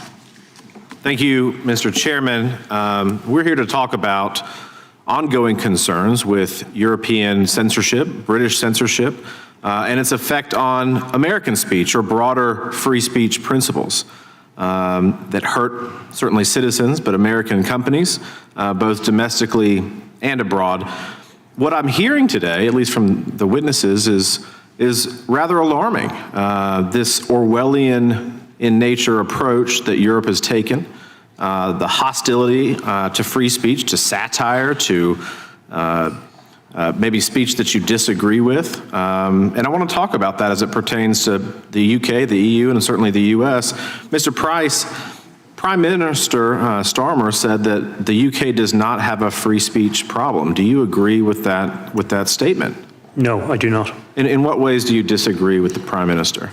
We have seen numerous prosecutions in the United Kingdom for totally non-violent speech.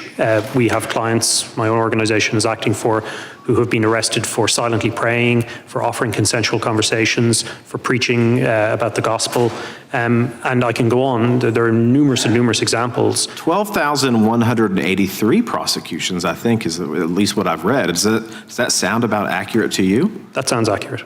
Which is a 50% increase from pre-pandemic levels. What does that tell you about maybe the focus of the British government as it pertains to speech right now? Sadly, it shows that the United Kingdom, just like the rest of Europe, has entered a spiral of censorship, and it's getting worse. And it's gotten to the point where even our oldest and closest ally, the United States, has had to intervene and point that out. And as I said on numerous occasions, I'm extremely grateful to all of you for doing that.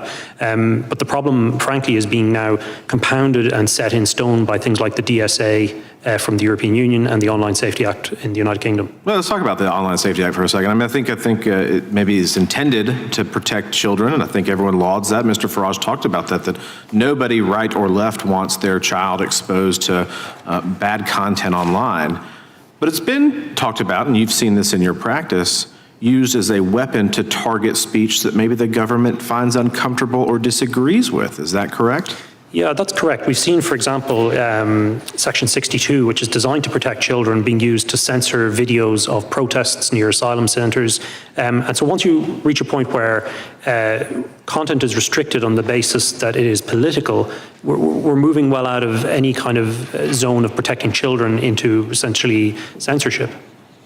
Right, so at least in the case of the comedian, the Irish comedian that was recently arrested, you know, I was not aware of his content before and looked at it, and it seemed to be satirical in nature or maybe hyperbolic and not necessarily to be treated literally. Is that your interpretation of that too? Yes, in fact, I told Graham Lennon when I was growing up I wasn't allowed to watch his comedy on TV. Father Ted was the show that he's probably most famous for.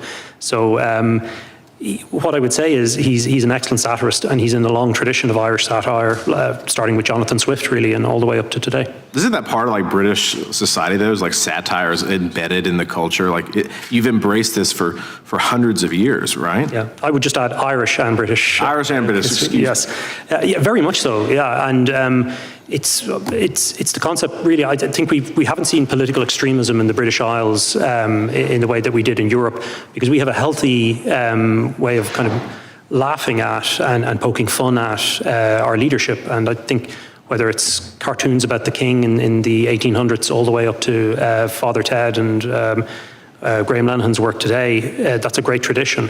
Isn't there growing frustration with the Irish people, the British people, maybe broader European cultures, that the government is more focused on speech than it is, say, the migrant crimes that are happening right under their noses? I mean, that seems to be, from my view across the pond, that particularly the British people, they're fed up with the non-enforcement of immigration laws, at the expense, or maybe because, in large part, they're focused on what people are saying online. Do you share that? I completely agree with that, and this is the discussion I had with Representative Raskin in London.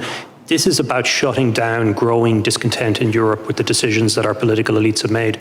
And we've reached a crisis point where it's no longer possible to conceal the level of public anger. And I think these censorship maneuvers are an act of desperation, and they won't work. Thank you for that. And radically shifting to Mr. Reed for a second, and a different approach. In the app industry, does the DMA incentivize Chinese copycat companies to flood the market? And if so, how does that impact American companies in European markets? And what are the associated data privacy implications of that? You may finish. Being aware of the time, yes. The problem is Article 6, Section 4. You have unlimited time. Pay no attention to the chairman. I always pay attention to the chair and the ranking member. The easy idea is Article 6, Section 4, Article 6, Section 7, and even 10. Part of the problem is they basically have must-carry provisions. And what that does is open the door. Part of what small businesses have benefited the most from the existence of these platforms, again, as I said, this isn't a love affair, it's a business relationship. They opened the door to customers, and the customers trust what they're buying on the platform. Article 6, Section 4, and Section 7 really say they must put on anyone's product. And of course, the most classic example of that, the first mover under the new DMA was Pornhub, which Apple had decided they didn't want porn apps on their app store. And the first one out of the gate to say incorrectly, they claimed it was an Apple-approved app, which once again leads to confusion and breaks down trust. That was out of the gate the first app. And so from my members' perspective, their concern is, hey, I want to be sold at the store that people feel comfortable buying at. And the more you degrade the quality of experience and the more you degrade or allow that to be broader, we run into a problem. Thank you. I'm sorry for the time. Mr. Chairman, I have a parliamentary inquiry. Yes, sir. Go ahead. Apparently, the whereabouts of our missing witness have been ascertained. He's appearing on GB News, which I guess is the network he works for outside of the Rayburn building. I just wonder if it would be consistent with the rules and the practice of our committee for us to send someone to invite him to come back, because I think we have 5 or 6 members who haven't questioned yet. Would that be all right if we sent someone to go alert him that there's still members waiting to do their questioning, just out of courtesy and respect for our colleagues? Well, the chair will make note that the witness has appeared voluntarily, he has left voluntarily, but in terms of going and asking him to come back, no objection there. Okay, if we could do it, if we could find him, and I'd like to submit for the record this clip from GB News, British free speech under threat. Nigel Farage says UK is an authoritarian state like North Korea. Without objection. Thank you. Gentleman yield? Yes, sir. The chair recognizes the representative from Vermont. Thank you, Mr. Chair. You know, I spent my August traveling around my state listening to Vermonters tell me what was on their minds, and there was one constant thread, and that was fear and concern for young people, for their safety, for their future, and parents kept asking me, will my kids ever be able to afford a house in this economy? Is it going to be safe for my kid to go to school? And are my kids safe online? Over and over again. And I want to tell you about one conversation I had with a high school student in Vermont who said to me, we all know that social media on our phones is hurting us. And in some instances, it's literally killing us. And what he wanted to say is, what are you doing about it? What are you doing about it? And I have to ask myself the same question, because I'm a parent, I'm a former teacher, I'm now a member of Congress, and what are we actually doing to solve the problem, to stand up for our kids? And it's clear we need real attention on this. We need to focus our attention, and we do need to regulate corporations behind these problems. And we need real public oversight, yes, over the gun makers, yes, over financial speculators, but also big tech. Because polls show across the country, Americans overwhelmingly want us to take action on the harms that are hurting their kids. And yet here we are, first hearing back, We're not talking about the AI platforms that are leading kids to self-harm. We're not talking about the algorithms profiting off of teens' eating disorders. We're not working together to hold big tech accountable. No, we're here talking about how other countries are being too mean to big tech. It's gross. Professor Kay, thanks for being here. Can you briefly describe how the EU's Digital Services Act regulates social media content for children? So the DSA is a very big piece of legislation, a big regulation, but it gets to exactly the point that you're making, which is the DSA is the result of a years-long process of democratically Europe trying to figure out what's the response to the massive power of big tech over their information environments. And so to give one example, they provide a mechanism that actually requires those companies that are considered the very largest platforms and search engines to do an assessment of the risk that they cause in the context of illegal content, which could include child sexual abuse material. That is really only doing that basic risk assessment that we should imagine all companies would do. Exactly. And then based on that, they're actually obligated to take mitigating measures against them. So that's one example. Yeah, I mean, this is bare minimum stuff here, right? Bare minimum. Yep. Risk assessment. What are we subjecting our children to? Correct. And so in your assessment, does the EU prioritize protecting kids and teens from content related to suicide and self-harm? So the DSA is not content specific, right? It doesn't require any company, for example, to take down any particular kind of content. But in the risk assessment provision, it's pretty clear, and if you read the negotiating history around the DSA as well, it's pretty clear that this is one of the key issues that concerns Europeans and thus concerned the regulation as it was adopted. Thank you. I really appreciate you being here to balance this out.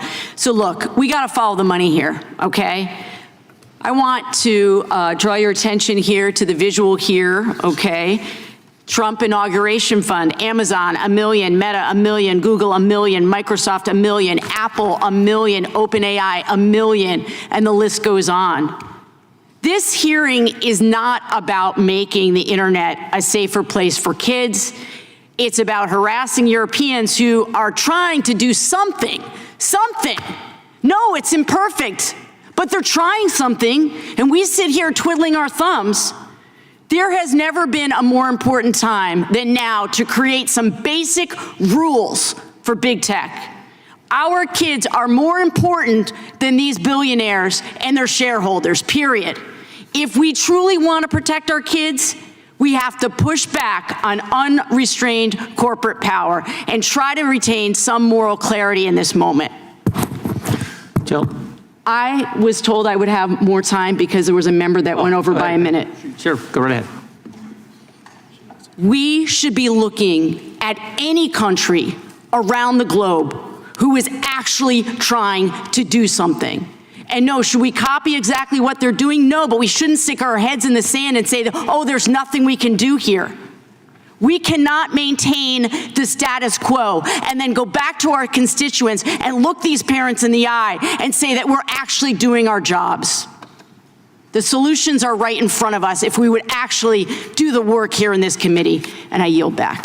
The gentlelady yields back. I would just remind the gentlelady that Mr. Zuckerberg from Meta sent this committee a letter a year ago, August of last year, saying that the Biden administration pressured them to censor. They did it. They're sorry. They're not going to do it again, and they've changed policy. I said that in my opening statement. So we do think this committee's had a huge impact on protecting free speech. The gentlelady from Florida is recognized for 5 minutes. Thank you, Mr. Chairman. Today we are examining a growing threat, the way that Europe and the UK are using so-called digital safety and competition laws to undermine American values and American innovation. The EU Digital Services Act and the UK's Online Safety Act go far beyond legitimate regulation. They empower foreign bureaucrats to label political dissent, even ordinary phrases like "take back our country," as hate speech. and they pressure U.S. platforms to apply those censorship rules globally. At the same time, the EU's Digital Markets Act and the UK's DMCC deliberately single out American technology companies for punitive treatment, forcing them to share proprietary data and subsidize less innovative rivals. These laws are protectionist by design, and they put American jobs, innovation, and free speech at risk. Congress has a duty to push back. We must ensure that foreign governments cannot dictate what Americans are allowed to say online, nor use regulatory schemes and backdoor taxes on our most successful industries. I look forward to hearing from you all today and appreciate your testimony. Mr. Price, I am a former American judge, and as such, I know that laws must have clear, defined terms in order to be applied impartially and fairly and consistently. I'd like to return to the discussion of the OSA and specifically the requirement under which that for speech to be censored as a false communication, it must cause, quote, non-trivial psychological or physical harm.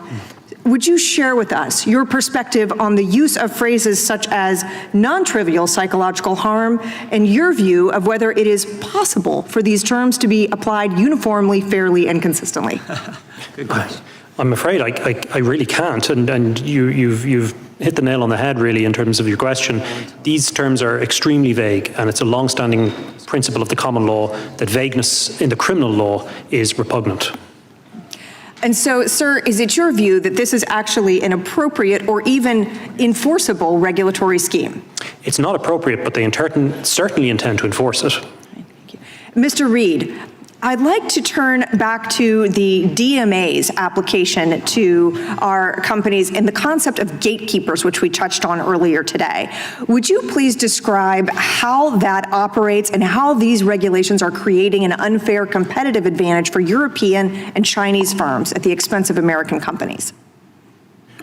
Well, I think the primary problem with the way that the EU has set up the gatekeeper requirements is it's driving the largest companies to essentially pull back on the tools they build for my members from the frameworks that they build for the small businesses. Ironically, oftentimes these small guys are the ones who are going to compete with them because it allows them to say, well, in order to comply with the DMA, we need to remove various functions. And this isn't hypothetical. What we've seen so far in our discussions is they want to remove link-throughs. They want to remove other elements that they see as essentially keeping power in a few of the big companies. The irony is, of course, the small guy, not the medium-sized guy, not the billionaire, but the truly small guys actually need that foothold to step up. And so what it creates is an environment where, sure, there'll be some billionaire companies that will do well out of the DMA, but the thousandaires, those of us who are trying to get to that next level, are the ones who get crushed between the two giants. Thank you. I yield the balance of my time to the chairman. Hi, thank you. Mr. Price, I just want to make sure I understand exactly what's happening. A pastor gets arrested for what he said, but the guys who attacked him don't. Lucy Conley said things that she shouldn't have, probably. Not probably, definitely. I mean, what would Mr. Farage say? Intemperate, statements, but she took them down. She got more prison time than young violent offenders got. And Miss Rose Doherty, I believe, was praying silently outside, and she got charged. Is that all accurate? The only point I would add is Rose Doherty, 74-year-old grandmother, was arrested for holding a sign that said, "Here to talk only if you want." Oh, so it's just praying silent, not saying anything, just a sign, right? Just a sign, sir. Oh, wow, Yes, wow. And if an American comments on this in a way that the DSA defines as disinformation, misinformation, hate speech, they can have their speech taken down as well. Is that accurate? That is entirely accurate within the terms of the DSA. That's the state of play. Mr. Reed, I would just point out when Ms. Verkunen, the lady who took Mr. Breton's place, when she was here talking about how the Digital Markets Act could impact companies, she said, we don't have anyone in Europe complaining about the law. And my response was, that's because you don't have any companies. The way you defined it according to Mr. Price, and you understand, it only includes American companies and one Chinese company. Is that right? Well, the irony is there are a lot of smaller European companies that are complaining about the DMA. Not the idea that they need a competitive landscape, it's that it focuses on entirely the wrong thing. You hit it on the head. A lot of our members come here to get money to go back there to build products. Yep. I'm sorry, they called votes. I do want to move quickly, and I shouldn't have went over. Mr. Garcia is recognized. Thank you, Mr. Chairman. We're here today for two reasons. One, because Republicans are in the pocket of big tech, and two, they want to distract us on their war on free speech and expression in the U.S. We all remember Trump's inauguration. The tech oligarchs were all there. Musk, Zuckerberg, Bezos, Cook, Pichet, and they looked like they won the presidency because they did. And they got what they paid for. Since taking office, Trump put out an AI action plan that could have been written by big tech, dropped enforcement provisions against tech companies, and tried to unlawfully fire 2 FTC commissioners who fought to hold these companies accountable. By the way, one successfully got back to work today, first day back. That's Rebecca Slaughter. Trump and his loyalists in Congress are also serving their corporate overlords by attacking the countries that actually try to rein in big tech. That's not innovation, that's corruption and oligarchy.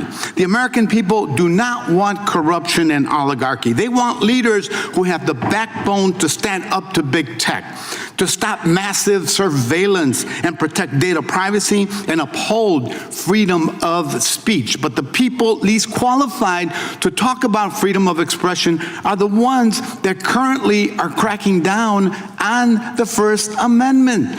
As my colleagues have described, Trump and his fellow Republicans have banned words that the federal government can use. They've extorted media companies to punish news coverage they don't like, and they've weaponized the immigration system against people who have other views. They've suppressed economic data and other information that contradicts the propaganda machine and targeted medical research even and museum exhibits, all because they're afraid of words, history, and the truth. At the same time, Republicans are leading a historic crackdown on expression, and they're holding propaganda hearings like this and telling us to reject the evidence of our eyes and ears. Mr. Kaye, thank you for being here today. As I mentioned, this administration is using the immigration system to suppress speech, as we've seen Mahmoud Khalil, Mohsen Madawi, Mario Guevara, and many others being targeted and detained because of their speech, and in Guevara's case, his reporting. Could you please comment on the ongoing weaponization of immigration to trample freedom of expression? Yes, each of those examples are accurate. And I think that as we've heard so many different examples of crackdowns or alleged crackdowns on different kinds of speech in the UK or in Europe or in the United States, we just have to be honest that there are crackdowns happening in the United States. It's not it's entirely accurate to say these kinds of content-based restrictions and punishments in the US are very serious interferences with freedom of expression, and it would just be important to acknowledge that as we're talking about other kinds of restrictions as well. Thank you for that. It's really important that we not allow arsonists to pretend that they're firefighters, and we must not let Republican lies prevail. I yield back.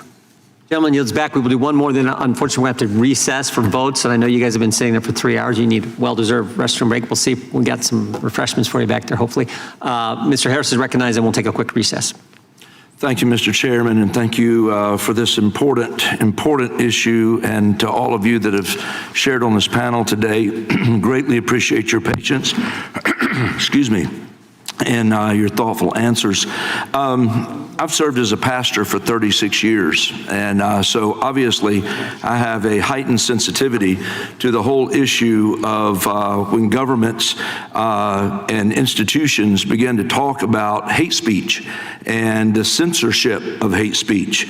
And I guess one of the questions that I'm concerned about today, and I'll ask you, Mr. Price, because of your experience in this area, particularly with ADF, would you consider posting a Bible verse hate speech?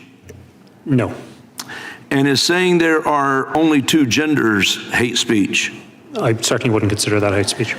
And so, yet the UK's Online Safety Act, among other things, is requiring companies to take actions against content which, quote, incites hatred against people. And I guess my question is, again, Mr. Price, who is in charge of determining what constitutes content which incites hatred against people? The regulator of the Online Safety Act is Ofcom, which is the statutory body, and the legislation itself includes what they call priority content. That's content that would be age restricted, encompasses things that are illegal outside, or in real life, not online. The problem with that is that our pastor, Dia Moodley, that I mentioned earlier, he was threatened. He was arrested under the Public Order Act, which talks about stirring up religious hatred for comparing Islam and Christianity. And so, on the basis that the Online Safety Act restricts something that's deemed to be a crime outside, that kind of content would be restricted, and I think that's extraordinary overreach. And is hate speech, quote, objective? Well, this is where I might just pick up on something Professor Kane said earlier in relation to hate speech. The problem with it is it's a tautology saying that incitement to hatred is speech that creates hatred. There have been attempts by the UN, like the Rabat Plan of Action, to try and, on the prosecution side, set out a more clear framework on it. But as far as the European courts are concerned, I think that their jurisprudence in this area is essentially incoherent. Right. Well, obviously, I oppose any hateful rhetoric that's expressed online, but at the end of the day, it's not the job of governments to police bad speech, especially when we'll never be able to agree on what actually constitutes bad speech. And at the end of the day, the best remedy for bad speech is good speech, not censorship, in my opinion. But I will also ask, there is currently a clash between social media platforms that value free speech and the laws of the UK, causing some companies to alter their terms of service. And Mr. Price, are American social media companies expected to comply with UK's Online Safety Act? Yes, sir, they are. And how does this impact the way in which companies set their terms of service? We've seen this again and again when it comes to regulations from European regulators, either from Brussels or London, where companies, of course, commercial enterprises, setting and designing a system that complies with EU law often means setting something for their entire operations globally. And that we saw that again and again with GDPR. Every time you have to click, I don't want cookies, something, and Americans are exposed to this. That's as a result of, it's a complicated enough process, but of European regulation reaching into your online activity.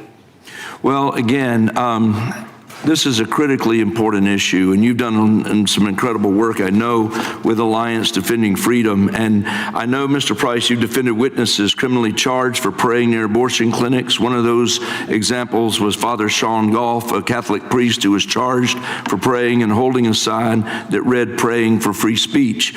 UK authorities allege that silent prayer near abortion clinics constitutes an attempt to coerce women who are considering abortions. And I just ask, is silent prayer coercive? No, sir. And should silent prayer and holding signs result in legal consequences? Absolutely not. So when pro-life activists are prosecuted for engaging in peaceful prayer and protest, what kind of message does that send to other pro-life activists in the UK?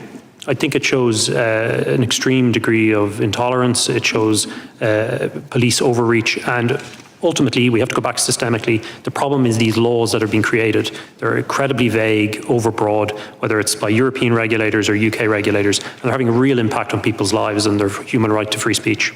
Well, as this committee has discussed previously, the FACE Act here in the United States has been used to go after pro-lifers, and I just pray we don't reach the point that such activists are arrested for silent prayer, as we've seen there.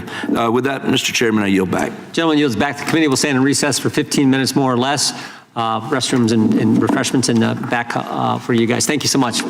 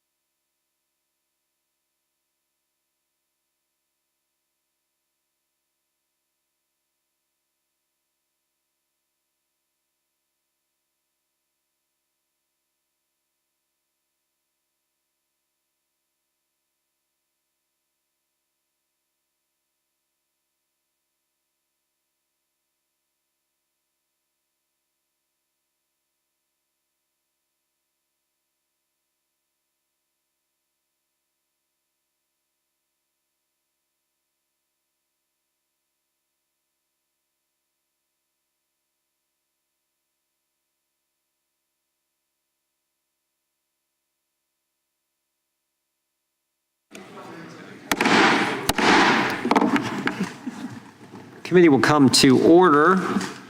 We have a few more. Again, I want to thank our witnesses. You've been very patient, very good. We appreciate you being here. We're going to start with the gentleman from Wisconsin, then we'll go to the gentleman from North Carolina, unless a member of the minority party shows up, then we'll go with them, and we'll finish up from there. So the gentleman from Wisconsin is recognized for 5 minutes. It's my opinion. First of all, I had a few comments I wanted to have for Mr. Farage, do we call it, before he left. And I have always known there's certain things you think about the English. I know we can't stereotype today, but when you think of the English, you think of irreverence, you think of accepting of eccentricities, right? You think of their dry sense of humor. There is if we had to crack down on free speech in any country in the world, the country we would lose the most in is if we crack down on free speech in England, because they are great, aren't they?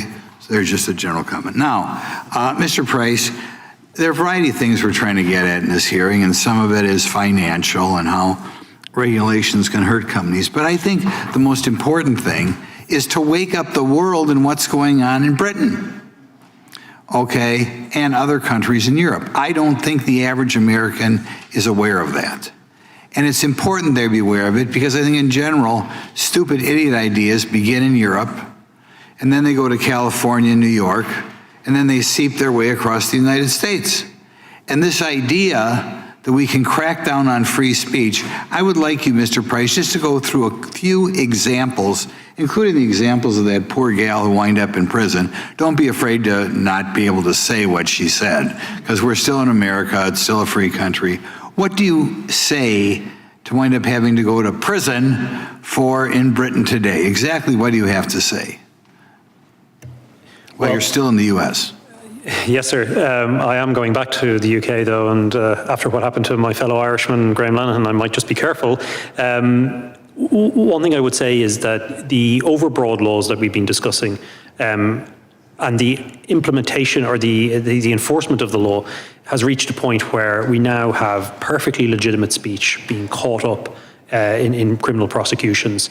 So for a Christian pastor like Dia Moodley in the city of Bristol, it's a perfectly natural thing to answer a question from a member of the public about the differences between Christianity and Islam. And the fact that he was ultimately arrested under the Public Order Act there for stirring up religious hatred, which a charge they later dropped, and not the people who were assaulting him, gives us an idea of how bad things have gotten in the UK. And we were delighted, of course, that Vice President Vance, in his Munich Security Conference speech, drew attention to this other class of cases involving prosecutions for praying silently or for holding a sign offering consensual conversations in the vicinity of abortion clinics, which is an extraordinary assault on freedom of speech and, I would say, freedom of religion as well.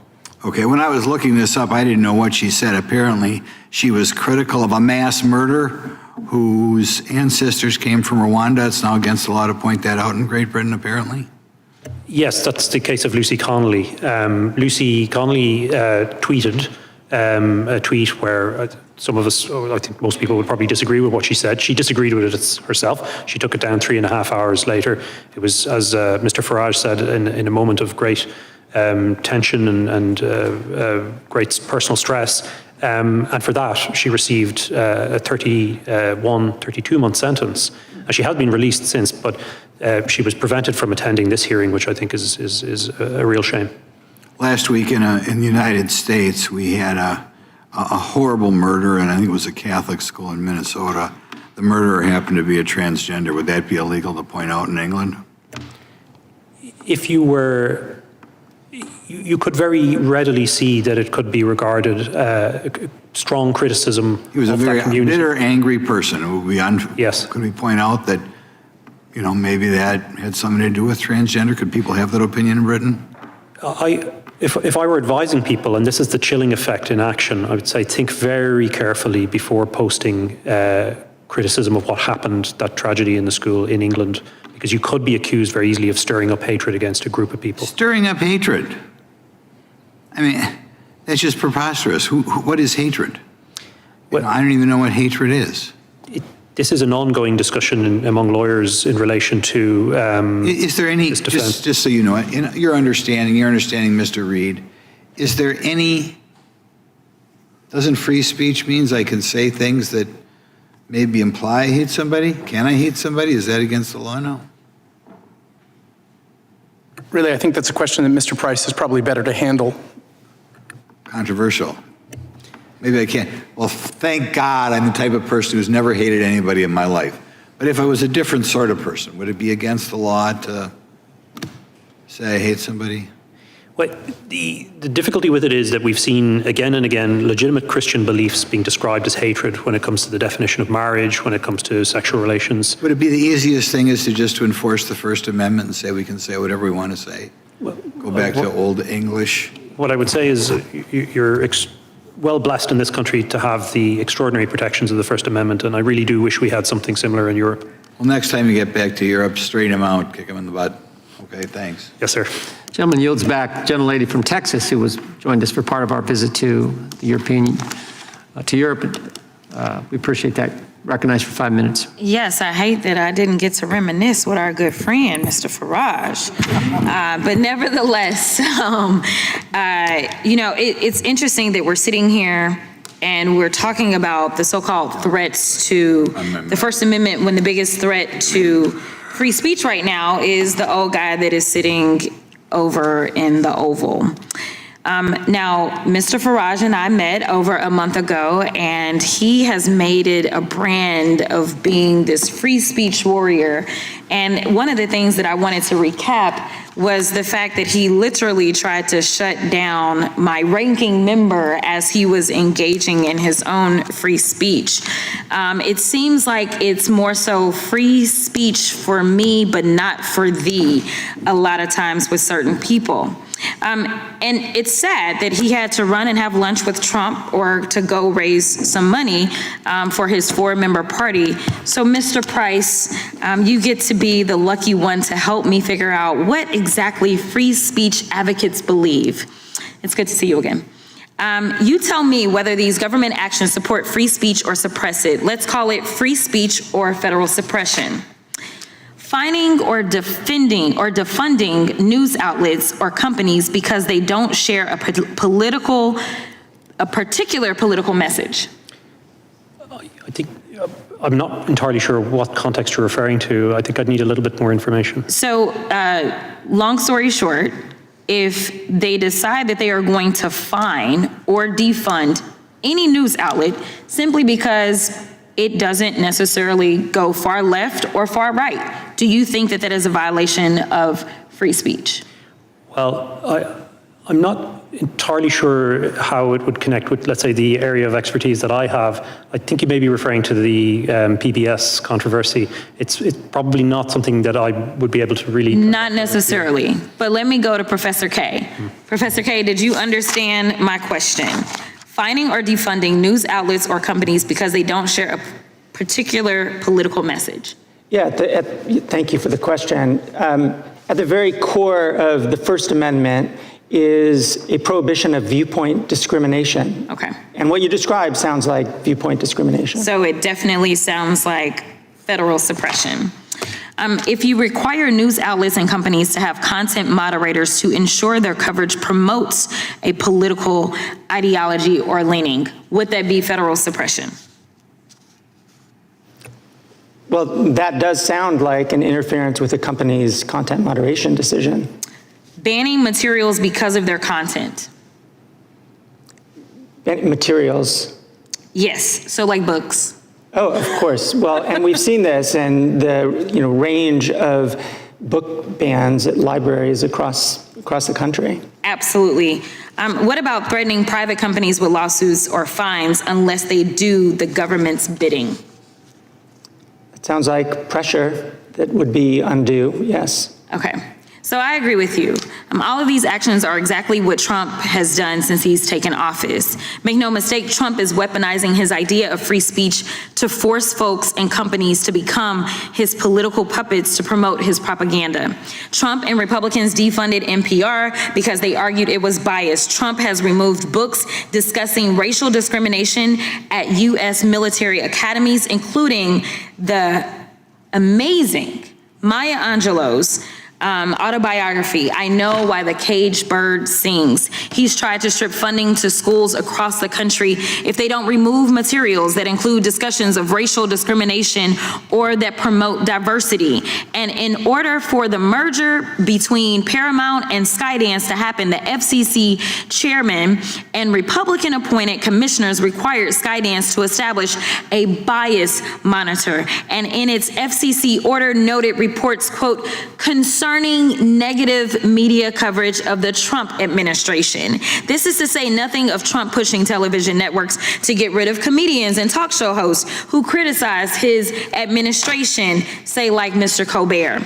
Let's call this what it is. It's Trump weaponizing the idea of free speech to force people, institutions, and companies to be his mouthpieces. This ain't free speech, it's propaganda. Meanwhile, my Republican colleagues are out here having a meltdown over the European bill, one that, by the way, includes provisions to fight child trafficking. You know, it's frustrating because we talk about being fiscally responsible and we talk about free speech. And right now, as we're having these discussions, you know who's trying to shut down members from voting in the way that they want to vote? It's the president, who literally said he would look at anyone who decided that they were going to vote to release the Epstein files as hostile. That sounds like a threat as it relates to all First Amendment protections, in addition to the fact that it's literally contravening our constitutional duty that we swore an oath to, because we don't swear to an orange king. Instead, we have sworn an oath to the Constitution, and we were elected to represent the people that elected us. Thank you so much, and I'll yield. Gentlelady yields. Gentleman from North Carolina is recognized. Thank you, Mr. Chairman. To the witnesses, thank you all for being here. This is a very important topic when we look at what's going on in Europe, and because of what's going on in Europe, what's happening by extension around the world. When we look at the encroachments on freedom of expression, freedom of speech, it is chilling. And it's remarkable that the countries that gave birth to the Western civilization that we all enjoy are really becoming totalitarian. And even points of expression that are organic to the United States or statements made while in the United States can result in being arrested once you return to Europe. If this was noted 15 to 20 years ago, people would not believe it. And listening to the witnesses here who are on the ground, who are dealing with these totalitarian measures in Europe, it's worth noting to anyone who listens that they are thanking the President of the United States, they are begging the President, they're begging the Vice President and the Secretary of State to continue doing what they're doing, fighting this repression that's going on in Europe. And we've heard testimony that economic liberty is diminishing, freedom of opinion is diminishing, freedom of expression is gone, increased scrutiny of online comments, Twitter, Facebook, or X, it's gone. All under the mantra of safety. And Mr. Price, I want to talk to you first. You said that these points of legislation are really aimed at, quote, protecting youth. How exactly are the proponents of these restrictive measures, how are they making the argument that they're protecting youth? Yes, that's the argument they make, sir. Essentially, particularly if we look at the Online Safety Act, the premise is that safety requires various kind of restrictions, such as age verification. And what that does in effect is that it means that minors aren't allowed to access certain content, but there's two types of content. One is what they call primary priority content, which is the worst kind of things that we would all agree is wrongful. But then there's also priority or primary content, which would include things that I think are otherwise lawful that people should be allowed to access, particularly in the United Kingdom, where the proposal now is to give, I think it's been passed, or it's in the process, 16-year-olds the vote, who would then be prevented from seeing certain content under the Online Safety Act. And in terms of some of the examples you've mentioned that give me concern, it doesn't seem as though there's too much restriction for modern gender theory, transgenderism, aimed at children, or graphic or explicit material aimed at children. But there are restrictions on pointing out verses of Scripture or biblical truths that people adhere to. You can't discuss that online. How does that factor into the protection of the child? I think your point is well made. It's worth noting, and it often strikes me, that smartphones with internet access have been available really, the iPhone was launched in 2008, and there were no immediate actions by governments or regulators to try and protect children from content. It's only after the election of Donald Trump and Brexit that there was suddenly an enormous effort at the European level to crack down on content in the name of safety. But I suspect, as I say, that there's an underlying political justification. So what's the goal? I mean, we've talked about the diminishing prosperity, the freedom is gone, there's diminished enjoyment of life, there's diminished humor, there's zero free-flowing information. What's the goal besides complete political power? Certainly think the goal, as you allude to, is narrative control. Information is the first and most important, as it were, quantity in a democracy. That's how we make our decisions, based on what we hear. And if you can restrict the amount of information that people hear, or you can channel it in one direction, then you influence the democracy. And as I say, there's increasing discontent in Europe about the direction of travel in so many areas. And I do believe the DSA, like the German Network Enforcement Act and other related legislation, is part of a serious effort to control the narrative. And it's basically a tool of quote, quote, progressivism to silence dissent and to move the agenda forward. Is that correct? That's what I'm gleaning from the conversation today. Certainly in a lot of our work, it has gone that way. It seems that Christians are disproportionately targeted. There was a dissenting opinion by the Polish judge in a case called Dotra Rasabaka before the European Court of Human Rights in 2022, where he made the observation that when it comes to speech, those who are critics of Islam seem to be prosecuted and do not have the protections of the right to freedom of expression, whereas Christians, people who are critical of Christianity, are prosecuted, and they suddenly are entitled to free speech in that context. So in the UK, we often call this two-tier policing, and I think there's a two-tier approach to human rights. Certainly the Polish judge did, and I agree with him. Interesting. Mr. Kaye, just briefly, in regards to the points that you've made, I appreciate what you've said, I appreciate your perspectives. Would you admit at this point that the Biden administration was involved in suppressing information as it related to various components of the COVID response, the COVID treatment plans, the vaccines, efficacy, and so forth? I mean, no, that is just not something I know. You wouldn't stipulate to that? Even in, I know you criticize Mr. Zuckerberg for saying that the government leaned heavily on social media companies to remove content as it related to COVID. So you do not think that the government was engaged in suppressing information in any way? Well, we know there was, because there's Supreme Court, cases around this, where the allegation was that officials in both administrations, the Trump and Biden administrations, did put some pressure on the companies in terms of public health messaging. There's no question about that. I think the court found that that didn't constitute unlawful pressure or coercion, but clearly those kinds of messages were part of the period of 2020, 2021. Do you affirm that action by regulating content or no? Do you affirm the motivations or the actions of the Biden administration to suppress the COVID discussions? No, I think there needs to be clear back and forth and information sharing between government and the largest platforms that shape the information environment. Of course, you don't want coercion, but I think you have to find the balance where that kind of back and forth can exist. Well, I'm sure you're aware that they say they were coerced by the Biden administration. I think it appears to be a partisan interpretation when you say that it was reasonable what Biden did with Facebook, with X, and so forth. Well, I mean, we could go back and forth, but my view is that wasn't coercion, actually. If you could type on Facebook, these vaccines do not work, would that have been allowed? I think, no, it honestly, would be I think it would depend on when we're talking about. Under Biden, it would have been stripped. Yeah. I'm sorry, our time's up, but yeah. Anyway. Mr. Chairman, may I have just one very brief point? Of course. Yeah, thank you. I just want to make one point about hate speech, because there's been a lot of discussion about hate speech here.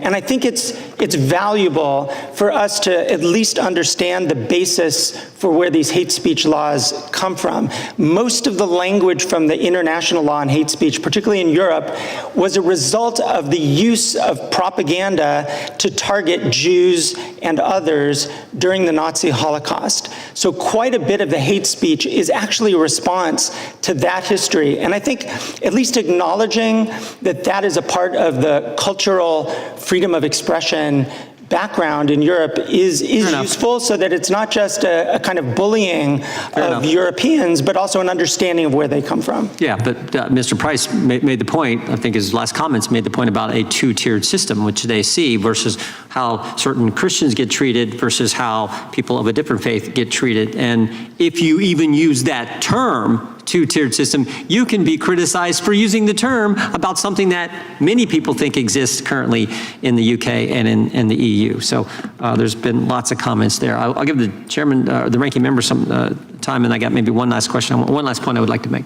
Oh, thanks. And this is just for a UC request, Mr. Chairman, because you had mentioned the outreach that you'd gotten from Mark Zuckerberg, and this is an article about that Meta to pay $25 million to settle 2021 Trump lawsuit. The sentence that stuck out to me was, the president signaled that the litigation had to be resolved before Zuckerberg could be, quote, brought into the tent, one of the people said. So just want to introduce that. Without objection? And one of the things is just the Supreme Court decision, Murthy versus the Missouri, disproving the government's censorship claims. Okay, without objection. I'll just make one maybe final point, because it's been brought up several times, I believe. Well, I'll ask all of you. Mr. Kay, has President Trump banned any books in the country? Are you aware of it? I don't know about him specifically, but I do know that, for example, Price, you know President Trump's banned any books? From defense libraries, books on Martin Luther King have actually been removed. Has President Trump banned any books? I mean, my understanding of the way it works is you got a local library board, you got a local school board, and they may say certain books aren't appropriate for kids, which is frankly the argument they use in the EU on the Digital Services Act and UK on the Online Safety Act. No president's banning books. They're just saying, local library board are saying, you know, second graders should maybe not see certain things that adults can see. Mr. Chairman, if I could follow up on that. Sure. Just because I've got constituents who are in the service abroad, and there are schools called DODEA schools, Department of Defense schools, and there was an executive order applying to the Department of Defense, and they shut down the school libraries there. These are federal schools, not local schools, federal schools, and they stripped all kinds of books from there, and there have been protests throughout Europe by American families over there saying that they don't want, 1984 and Handmaid's Tale to be stripped from the schools. I mentioned that actually in my opening statement. So. I want to thank each of our witnesses for being here today. Appreciate your patience and appreciate you being here for, 5 hours.